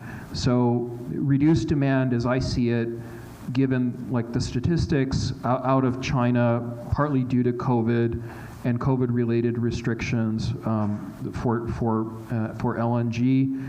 I'm not sure that's going to happen for 2023, 2024, but it's a really interesting question. The Black Sea Grain Initiative, absolutely, I think needing more support and probably more money and more transatlantic partnership for sure. I guess I would also, add one more kind of big question to this, because decarbonization is a word that we haven't used yet, but I'm looking for ways to make the supply chains more efficient. And what I mean by that is if those of you who are working from Romania or who are working from Poland have had experience in your own departments of energy bilaterally with Ukraine or in some kind of energy environment, I wonder if you might speak to the difficulties that you've seen in the supply, really, I think, with even things like electricity. So I know this is such a huge priority in Ukraine right now with the Department of Energy.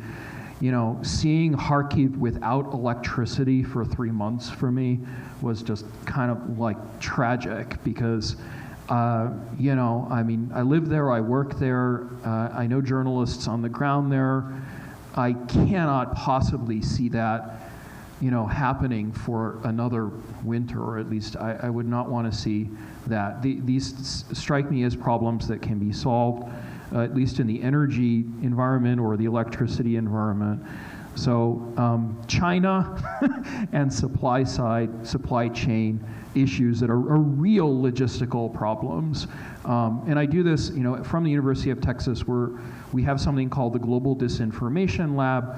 I'm tracking migration, refugees. I'm looking at things along the border. I have colleagues like Margarita Balmaceda, who's an old friend of mine, who wrote a book on energy policy and supply issues. So those are, I think, big concerns that can lead into more conversations. Thanks. Excellent, thank you. And we will return to China for sure. I want to get to the notion of reconstruction of Ukraine and possibly conversations about foreign investment. President Zelensky went to the World Bank just recently. So I'll start with Honorable Consul Kushnaruk, and I'll ask you about the issue of reconstruction, foreign investment, so forth and so on. Thanks. So first of all, I'd like to mention that people who are in Ukraine responsible for this reconstruction, they try not to use the word reconstruction or rebuilding. They would try to use the word reimagine or redesigning Ukraine, because the idea is not to use just to rebuild what was done before, like the old way to do that, but to use this opportunity to build a new Ukraine using the new approaches, new technologies, all of things like that. And what's important thing is that we in Ukraine, we want to do this rebuilding and right now, not wait until the end of the war, because sometimes it's difficult to persuade about that. But that's the war, which unfortunately is happening in the 21st century, and the approaches also are different. And currently, probably Ukrainian recovery program will be the largest project in Europe, and also provide the new impetus to European economy as well. And this year, 2023, our Ukraine recovery, we will have our 4 main areas, that is energy, housing, demining, and critical infrastructure.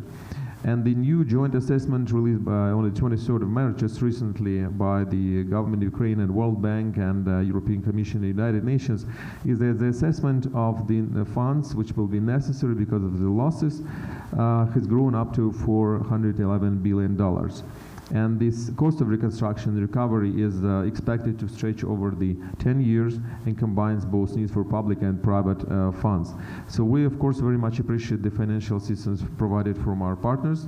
And G7 countries have committed $9 billion as of now, and another 17 is needed this year to rebuild the energy sector to be prepared for the next year. The multi-agency donor coordination platform to support Ukraine's repair has been created, so-called financial Rammstein. It's called that way because Rammstein is where it's been discussed how to provide military aid to Ukraine, but this is now a financial Rammstein, where the different countries' officials as well as all the international financial institutions gather together and think about how these funds can be provided. So also the question is from where this money should come from, and there can be 4 different sources. One is this Russian frozen assets, which we hope will become confiscated, and we believe it should be the main source of that, not to create the burden on any country's taxpayers. Also the international financial organizations and foreign agencies assistance, Ukraine's state fund money, and the foreign direct investments. And speaking of the foreign direct investments, we already have support. President Zelensky talked with them with such huge corporations as BlackRock, as Goldman Sachs, and many others, as well as, of course, International Monetary Fund, which has just recently approved this $14 billion program for Ukraine. So all of that, and we believe foreign investments will be definitely, for sure, leading in that process at some point. Now it's difficult to persuade foreign private investors to come into a country which is still kind of at war. But it's at the same time, there will never be the same opportunity for foreign investor to come in Ukraine as it is right now, because after the war will be over, the recovery will be very huge, and it will be not the same opportunities to come. And Ukraine, as President Zelensky says, is the biggest opportunity in Europe since the Second World War. Thank you. Mr. Gerlinger, then the idea of reimagining, not reconstructing, reimagining Ukraine from the State Department's side?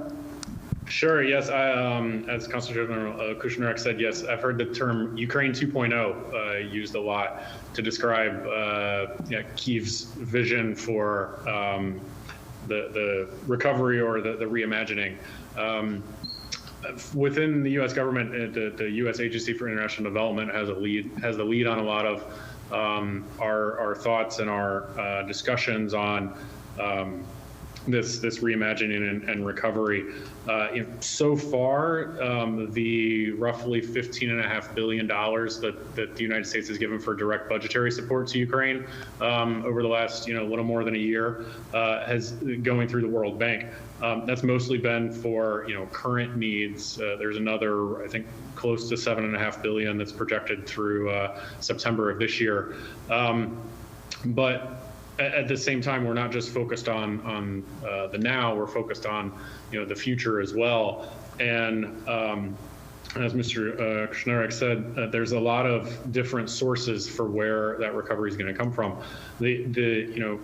key part of getting the private sector and also, in some ways, public from international into Ukraine is for the structure to be attractive and to be conducive to that investment. And so a lot of our conversations are on reforms, and a lot of this is, I don't want to speak for my European colleagues, but a lot of this is tied to and led by the EU accession, the EU candidacy potential, and various benchmarks that will be on the way there that then are there not just in support of eventual path to EU accession, but also are elements that will create a more conducive and attractive investment environment to bring in and take advantage of that opportunity. Just on the topic of asset seizure, that's certainly something that's being looked at. Russian frozen assets. It's quite complicated because of the exposure of other U.S. businesses or U.S. government assets overseas and where they are in various countries. The international legal framework for such is very, very convoluted and not quite clear. A lot of what we're dealing with in that realm, in many realms considering this conflict, is just unprecedented territory for international law, or at least the international law system that's been set up since 1945, because the system never really contemplated that a UN Security Council permanent member would invade a sovereign other UN member. And so that, dealing with that then means working through a lot of different variations to try to come up with actionable things that can be done. Thank you. Thank you very much. Honorable Consul Dimitriescu, can you speak to us your position then on this idea of reimagining Ukraine? Thank you. It's not reimagining, it's rebuilding, reconstructing, and consolidating. I would connect just a bit some of the remarks to Professor Seegel with the efforts of reconstructions and recovery after the war and during the war as well. You were talking about bilateral cooperation regarding energy security between Romania and Ukraine, and I thank you for that. The situation is even better. There is a trilateral cooperation in that field between Romania, Ukraine, and the Republic of Moldova.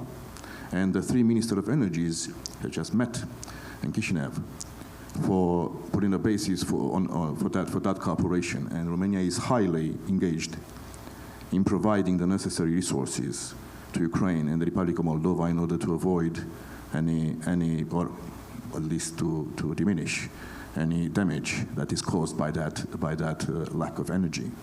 So Romania stated that and stands by its promise, having this trilateral cooperation, and that goes immediately to the reconstruction efforts.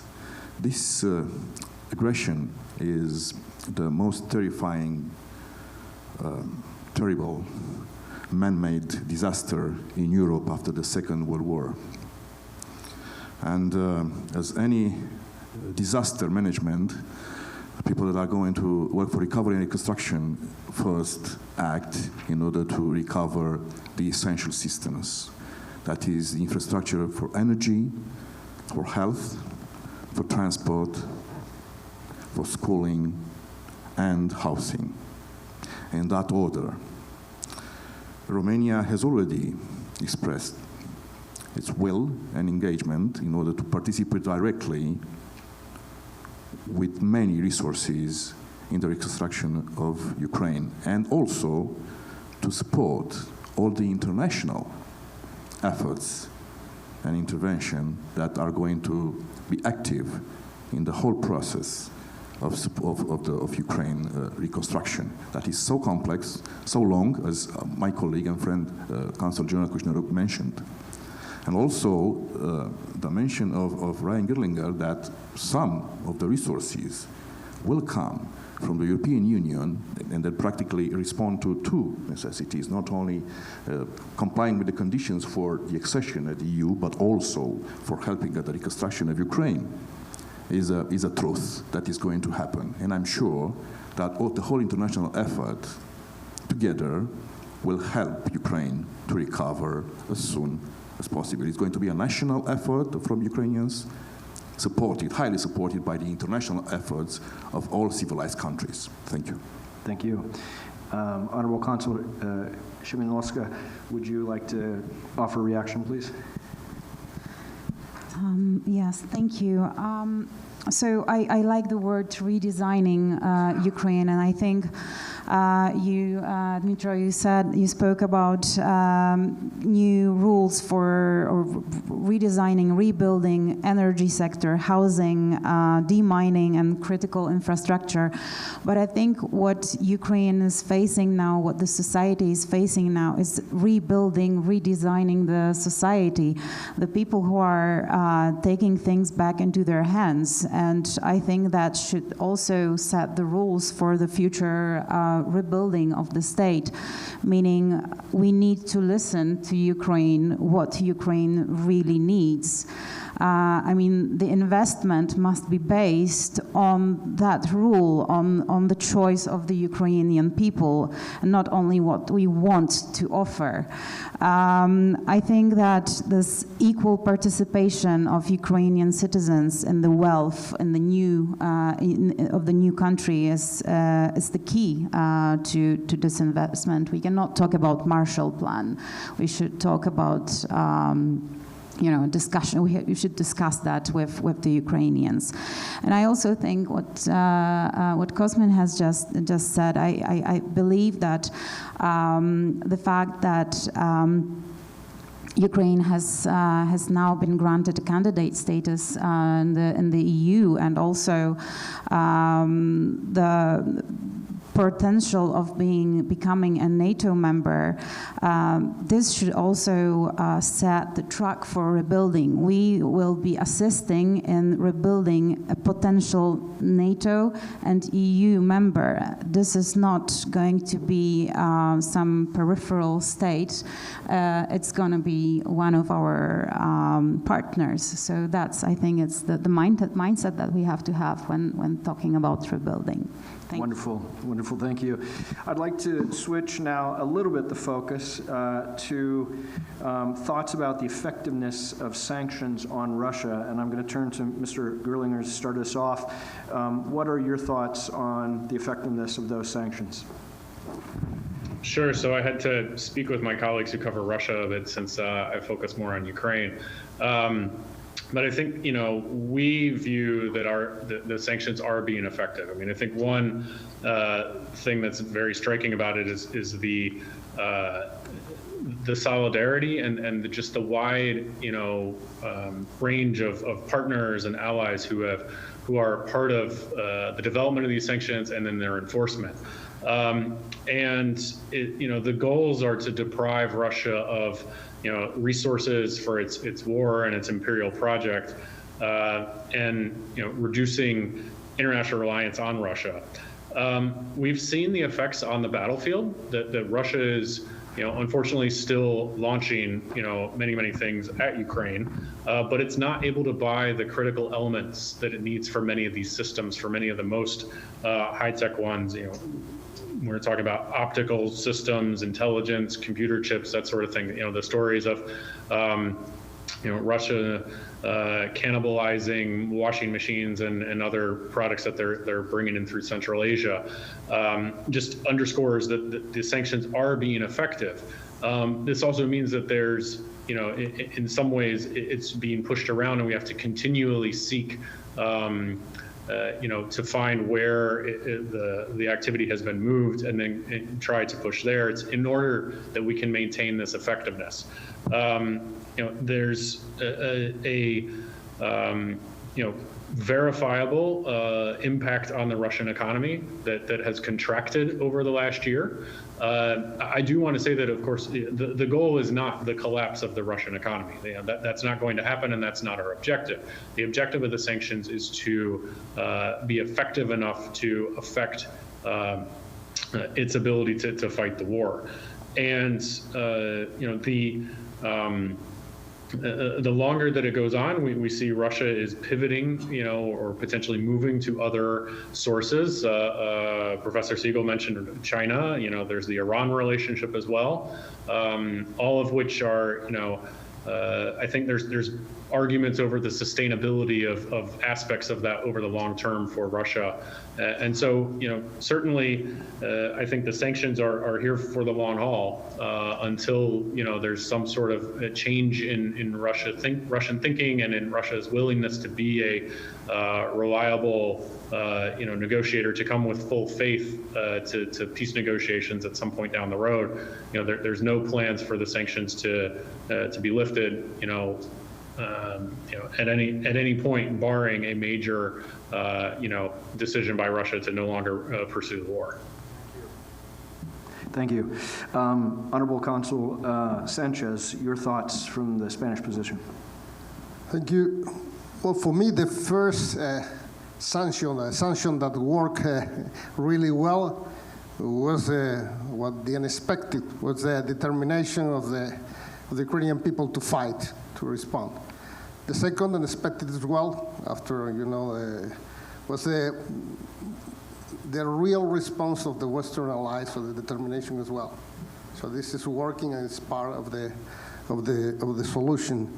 Probably it's difficult to know now the real impact of sanctions, our esteemed colleague of the Department of State has said. Because many of these, well, first of all, is for us, we've done a lot of things in Europe, can say figures later on about the change in our supply of gas and whatever, but it's impossible to make a complete decoupling in 1 year, the supply of hydrocarbons, for example.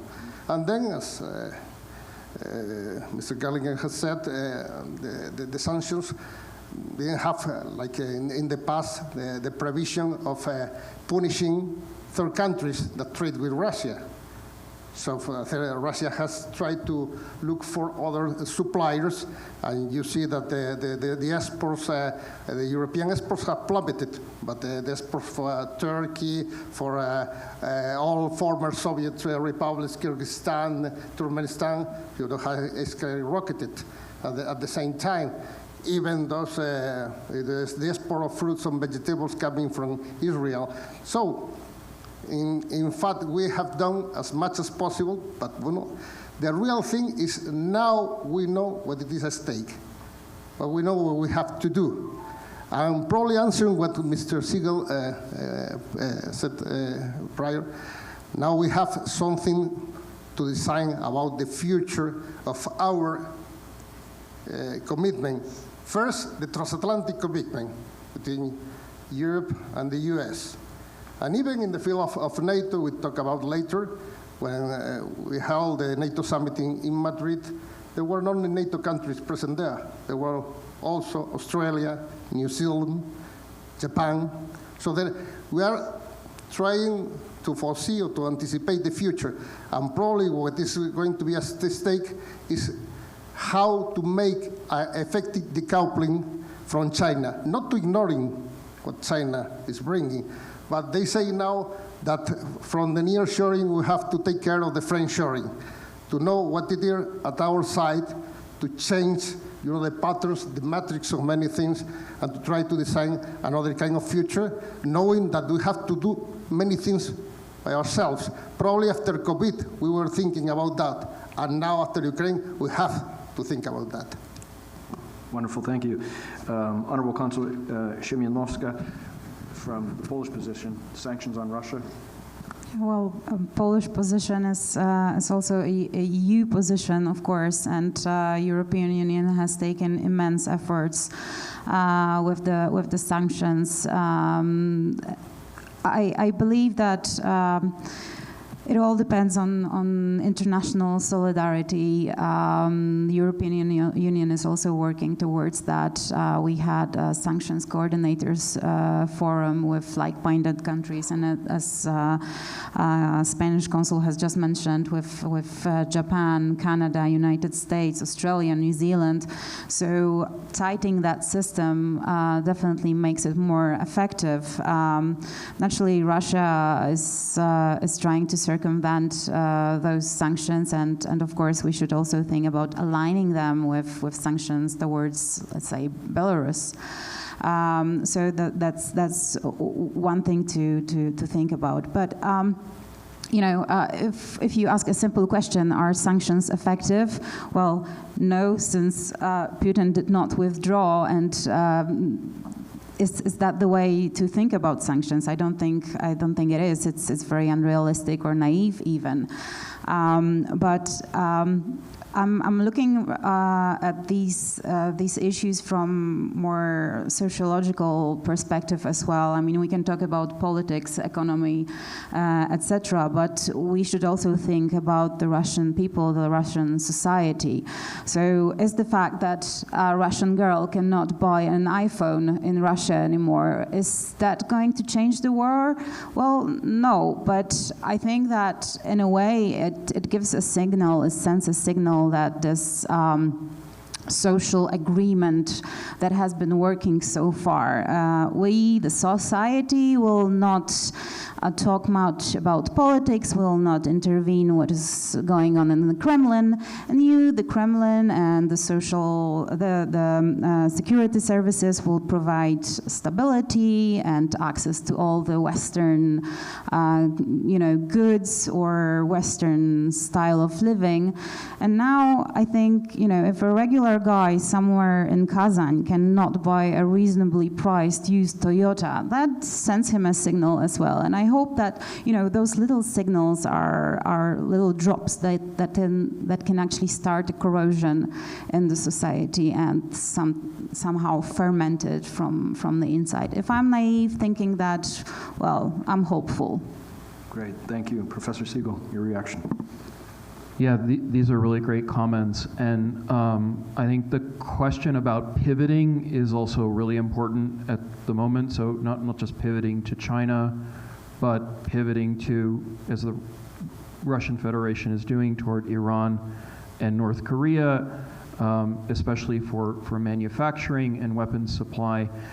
On the issue of sanctions, I guess I would just do this in my boring academic way and pose it as a kind of thought experiment, reading some of the literature on sanctions, thinking about the impact or lack thereof on other authoritarian or authoritarian-genocidal regimes. So if we're thinking in the larger world, we're thinking about the impact of 20 years of sanctions on Sudan. That would be a good example. We're also thinking about the effect it has had or hasn't had on Assad in Syria. So, I mean, certainly, it's crippled the Syrian economy, one might say by 40% or even by half, and yet he still stands, right? And as for Venezuela, which might be for you, one, thinking about the effect it's had on the Venezuelan economy, it might be 2/3 to 3/4.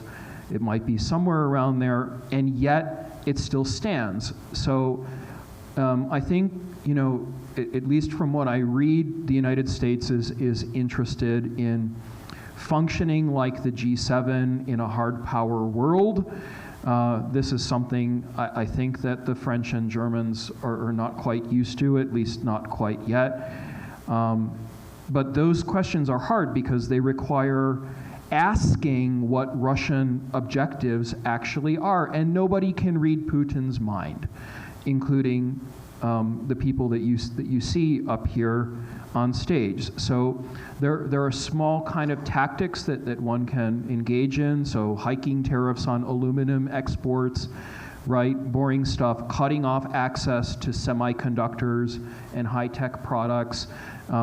Whether that becomes U.S. policy or not, those are definitely ways of sort of reaching beyond the consensus issue that might be freezing Russian assets and having Ukrainians and the Ukrainian government use that. So this is just one way of me saying that sanctions are not always successful, but they're part of larger, sort of functioning proposals in hard power situations that we, might not be used to. At least our EU allies, if I speak as an American here, are not used to quite yet.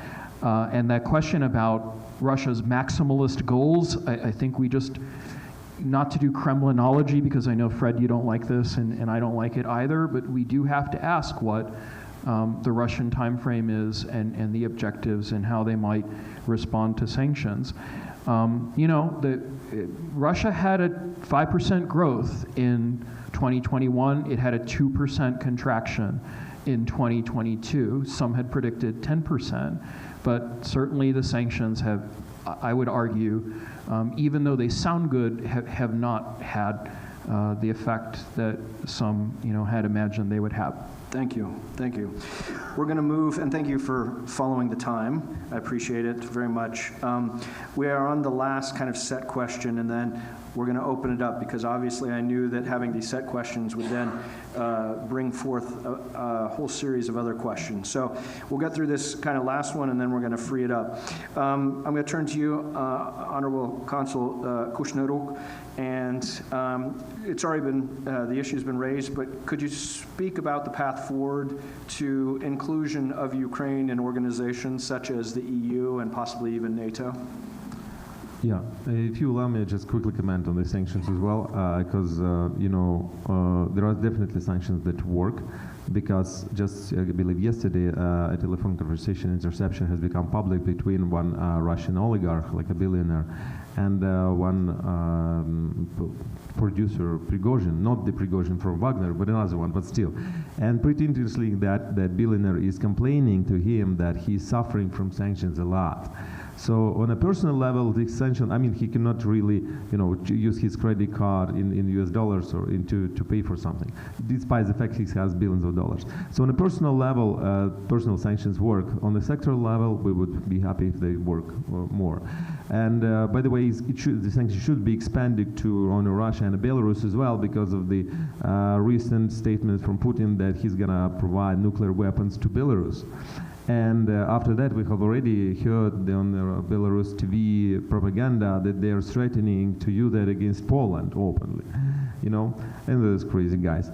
Even though we definitely see Ukraine in NATO and European Union, and first of all, let's be frank, the decision that not to provide Ukraine and Georgia a partnership action plan to NATO in 2008 in Bucharest summit, it was a mistake. It was at the time supported by the United States very strongly, but the other countries of Europe, some of them did not support because they were afraid, let's not provoke Putin. And okay, nobody provoked Putin, but still he attacked Georgia the same year, 2008. They annexed Crimea in 2014, and now full-scale invasion of Ukraine. So this logic really doesn't work, and that's why, the worst has happened already. So that's why nobody should be afraid of Putin doing something, and everybody can see now that Russia, in fact, can be stopped and definitely can be defeated. So that's why Ukraine has to become a member of NATO.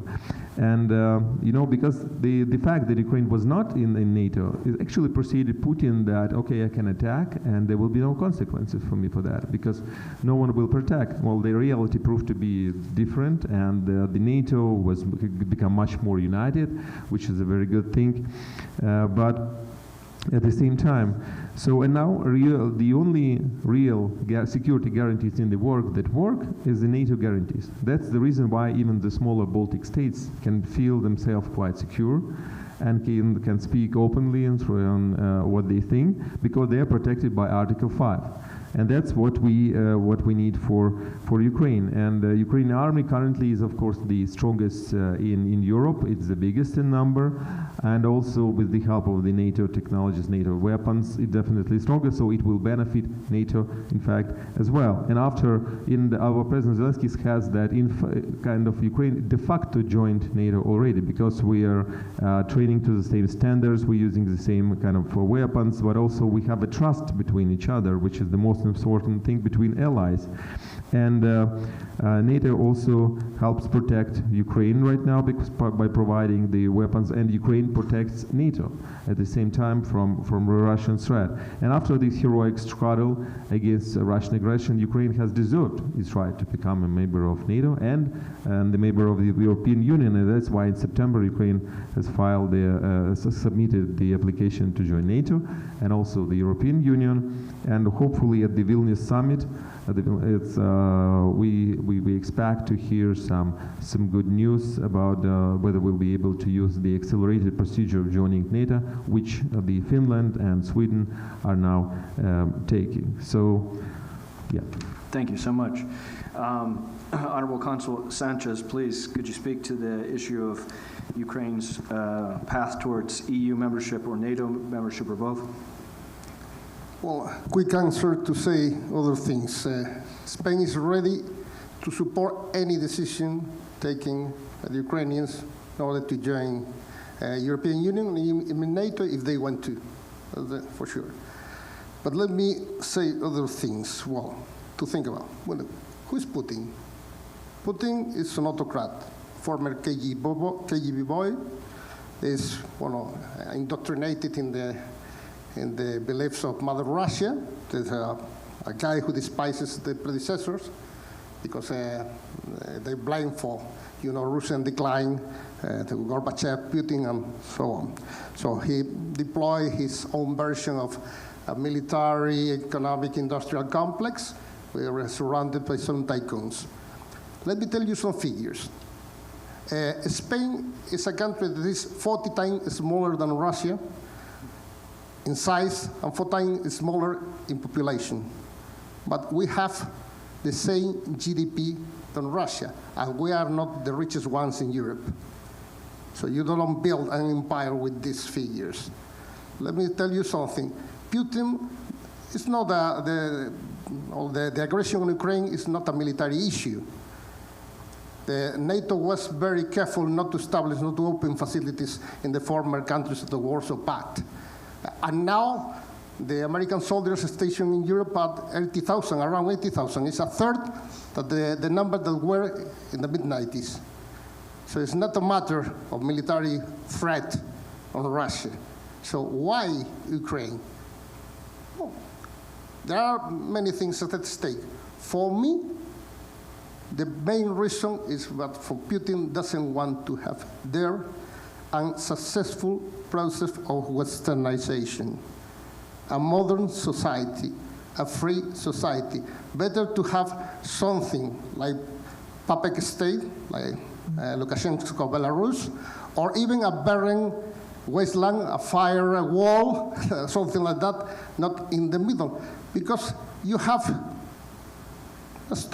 something that prevents you this contagion that is even more possible with a society like Ukrainian that is very dual, with a culture that share with the Russians, even with the language, with a lot of family ties now shattered by Putin's folly. That's the main reason.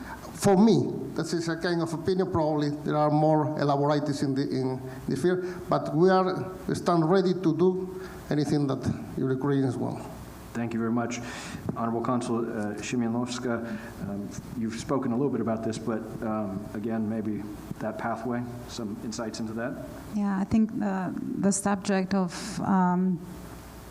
future potential EU and NATO memberships are very much interwoven with the topic of rebuilding Ukraine. But let me underline one thing. Poland wholeheartedly notices and recognizes the immense efforts of Ukraine. I mean, despite the ongoing war, the reforms taking place, the legal initiatives taking place to bring Ukraine closer to the Euro-Atlantic community. And Poland also supports your path to both EU and NATO membership.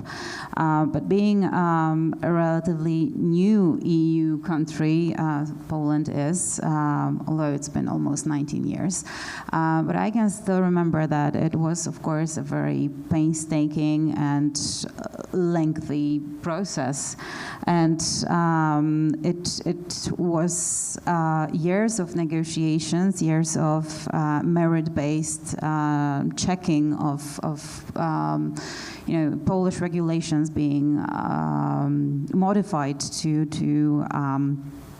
suit the EU rules. So there is a huge and immense, actually, amount of work still ahead.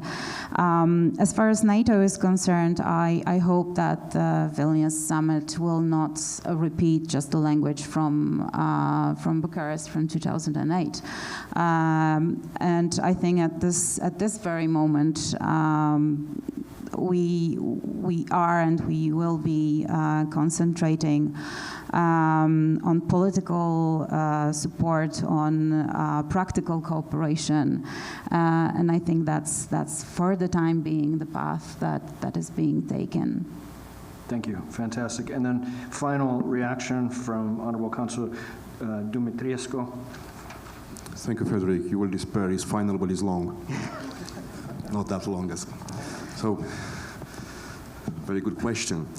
Regarding the effectiveness of sanctions, I will support the opinion of Ryan Gerlinger and all the ones expressed here. I think it's obvious that against the narrative, in spite of the narrative of the Russian Federation, the sanctions are effective. We can see that because we can see the contraction of the Russian economy, and we can see that there are some pieces of museum on the streets sent to fight a war by the Russian military.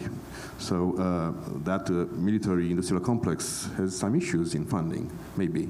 And also the reaction of the business environment there could be discouraging for the regime because they are directly affected by these sanctions. So I think that the international community, and we think that the international community should continue with that. And Romania is a big supporter of all the 10 waves of sanctions and to continue doing that as well. About the accession and the pathway to accession as a member of EU and of NATO. I begin with NATO. Romania has constantly and in a very transparent manner supported the policy of open doors for NATO, and also for the implementation of the decisions taken at the summit, NATO summit in Bucharest in 2008. As a matter of fact, that was also expressed again by the Minister of Foreign Affairs of Romania, the last reunion, NATO reunion of the foreign ministers in 29 November 2022. So from that point of view, the Romanian position, I think, is crystal clear. And of course, that should be supported by things that need to be done for the compliance with all the conditions as a NATO member. And that goes for the EU accession as well. I think that all the pathway of transformation, of reforming the society that we crossed, I think I speak about Romania right now, as Poland talks about Poland, on our way to becoming a member state of the EU will be successfully accomplished by the Ukrainian nation and Ukraine. And Romania has repeatedly expressed its support, direct support, not only in helping doing that and also sharing from our own experience, from our own pathway of becoming a NATO and EU members.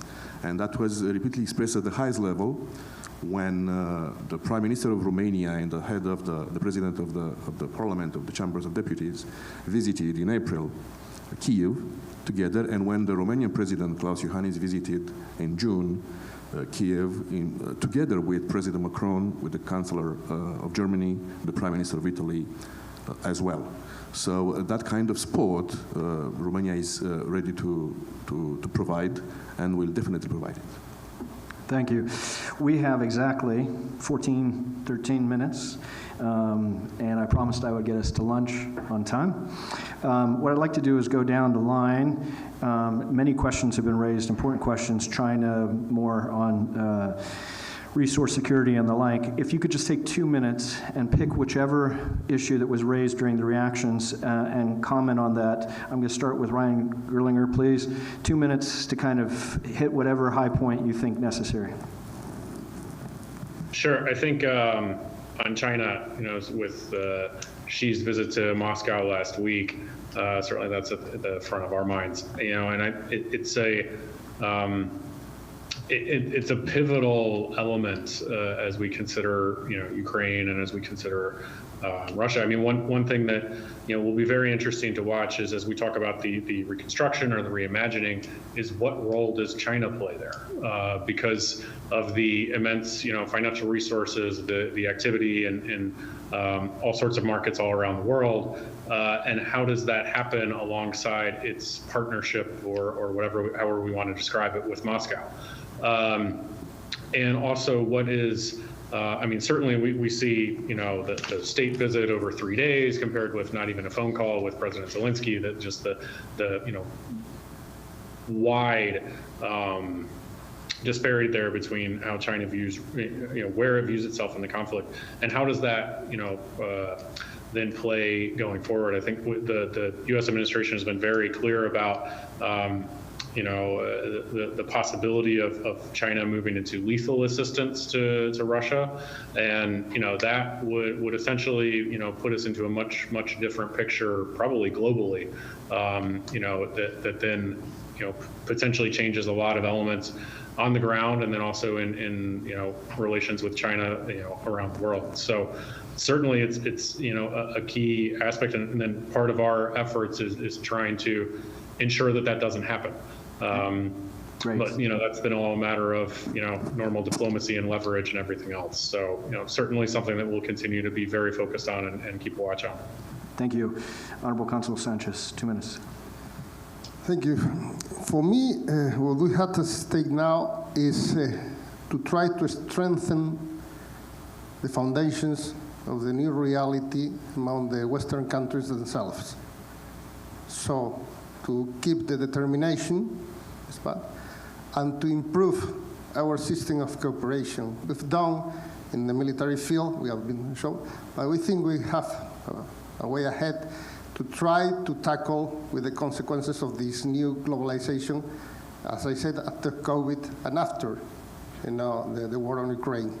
We have to improve our response.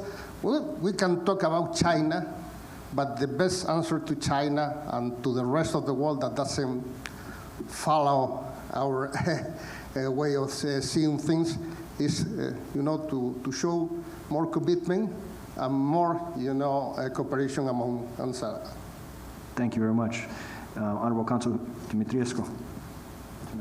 It's very difficult to pick a topic from many that we talked today.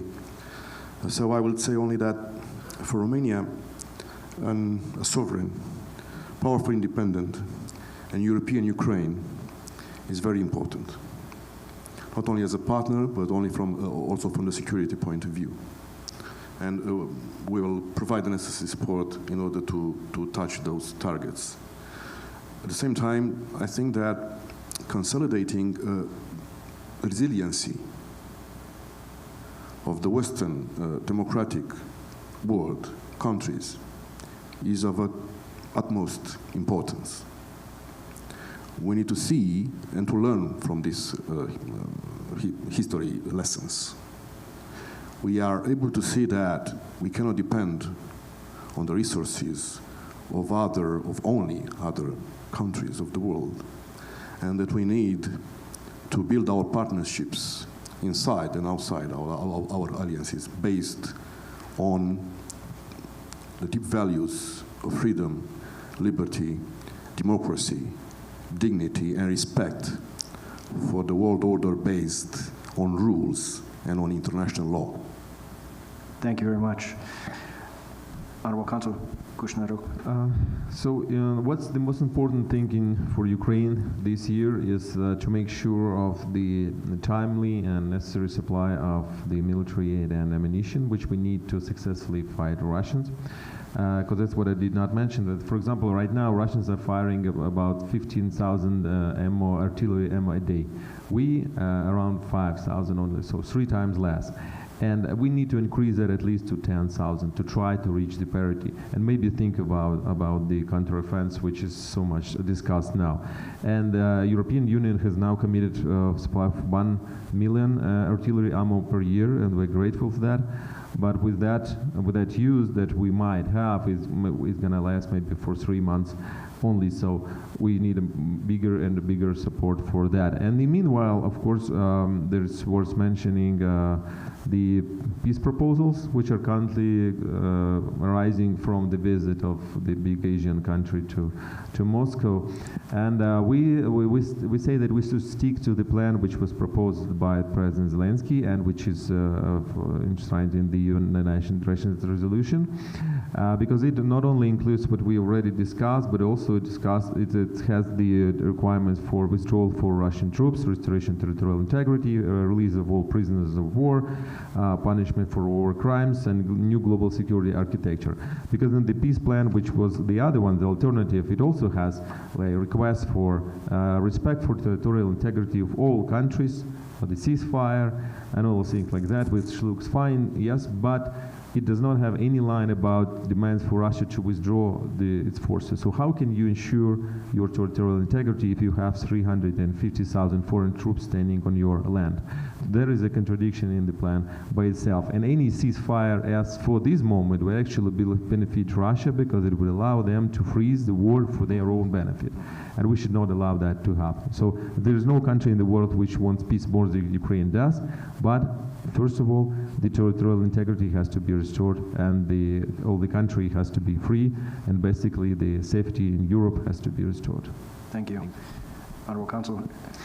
Well, just to refer to the subject of this conference, Ukraine 1 year later, I just hope that when we meet 2 years later, we're not going to have a discussion about providing munition, more about investment. That's what I hope for.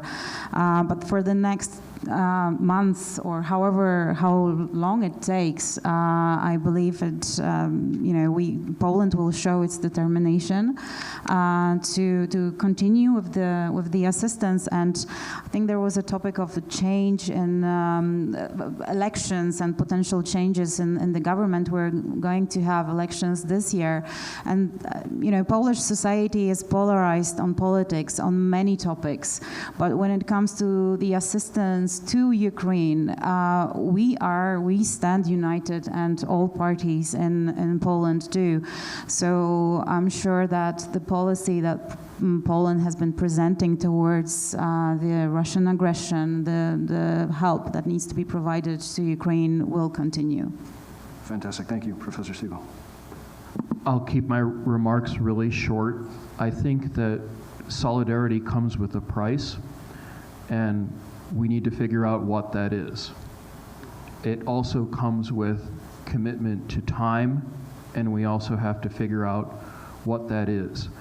And at the same, juncture, I really like what was said earlier, that this is the decision of Ukraine and Ukrainians.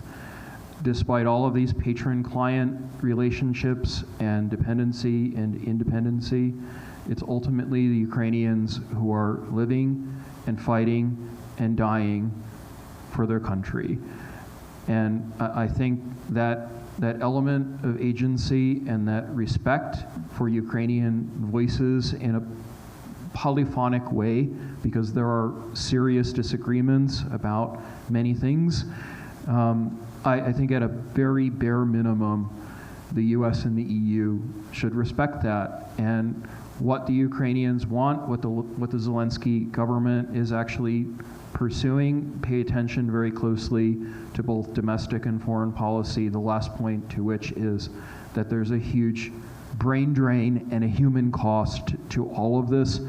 And my Ukrainian friends and colleagues, they say to me almost unanimously, we want to go back.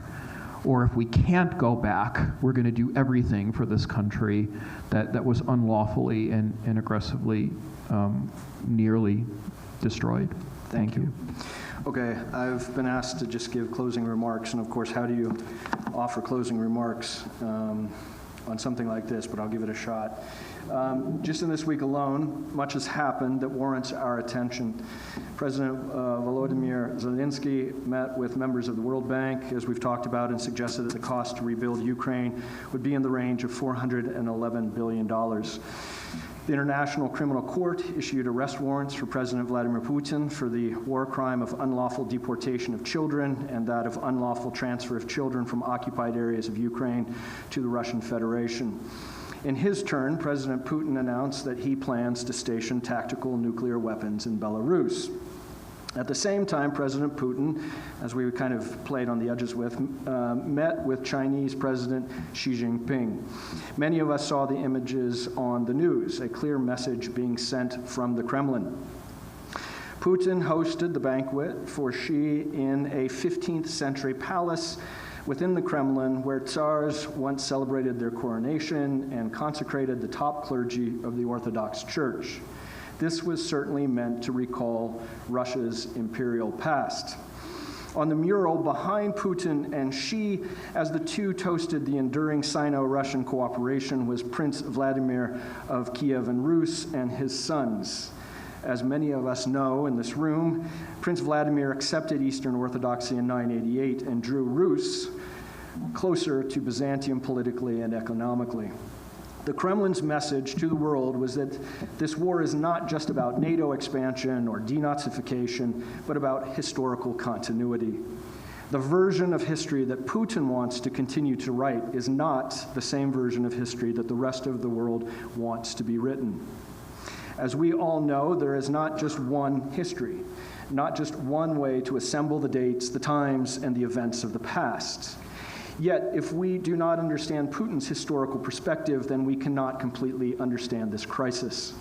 Those who look at history in decades cannot comprehend when Putin harkens back to 988 or to the reign of Ivan the Terrible.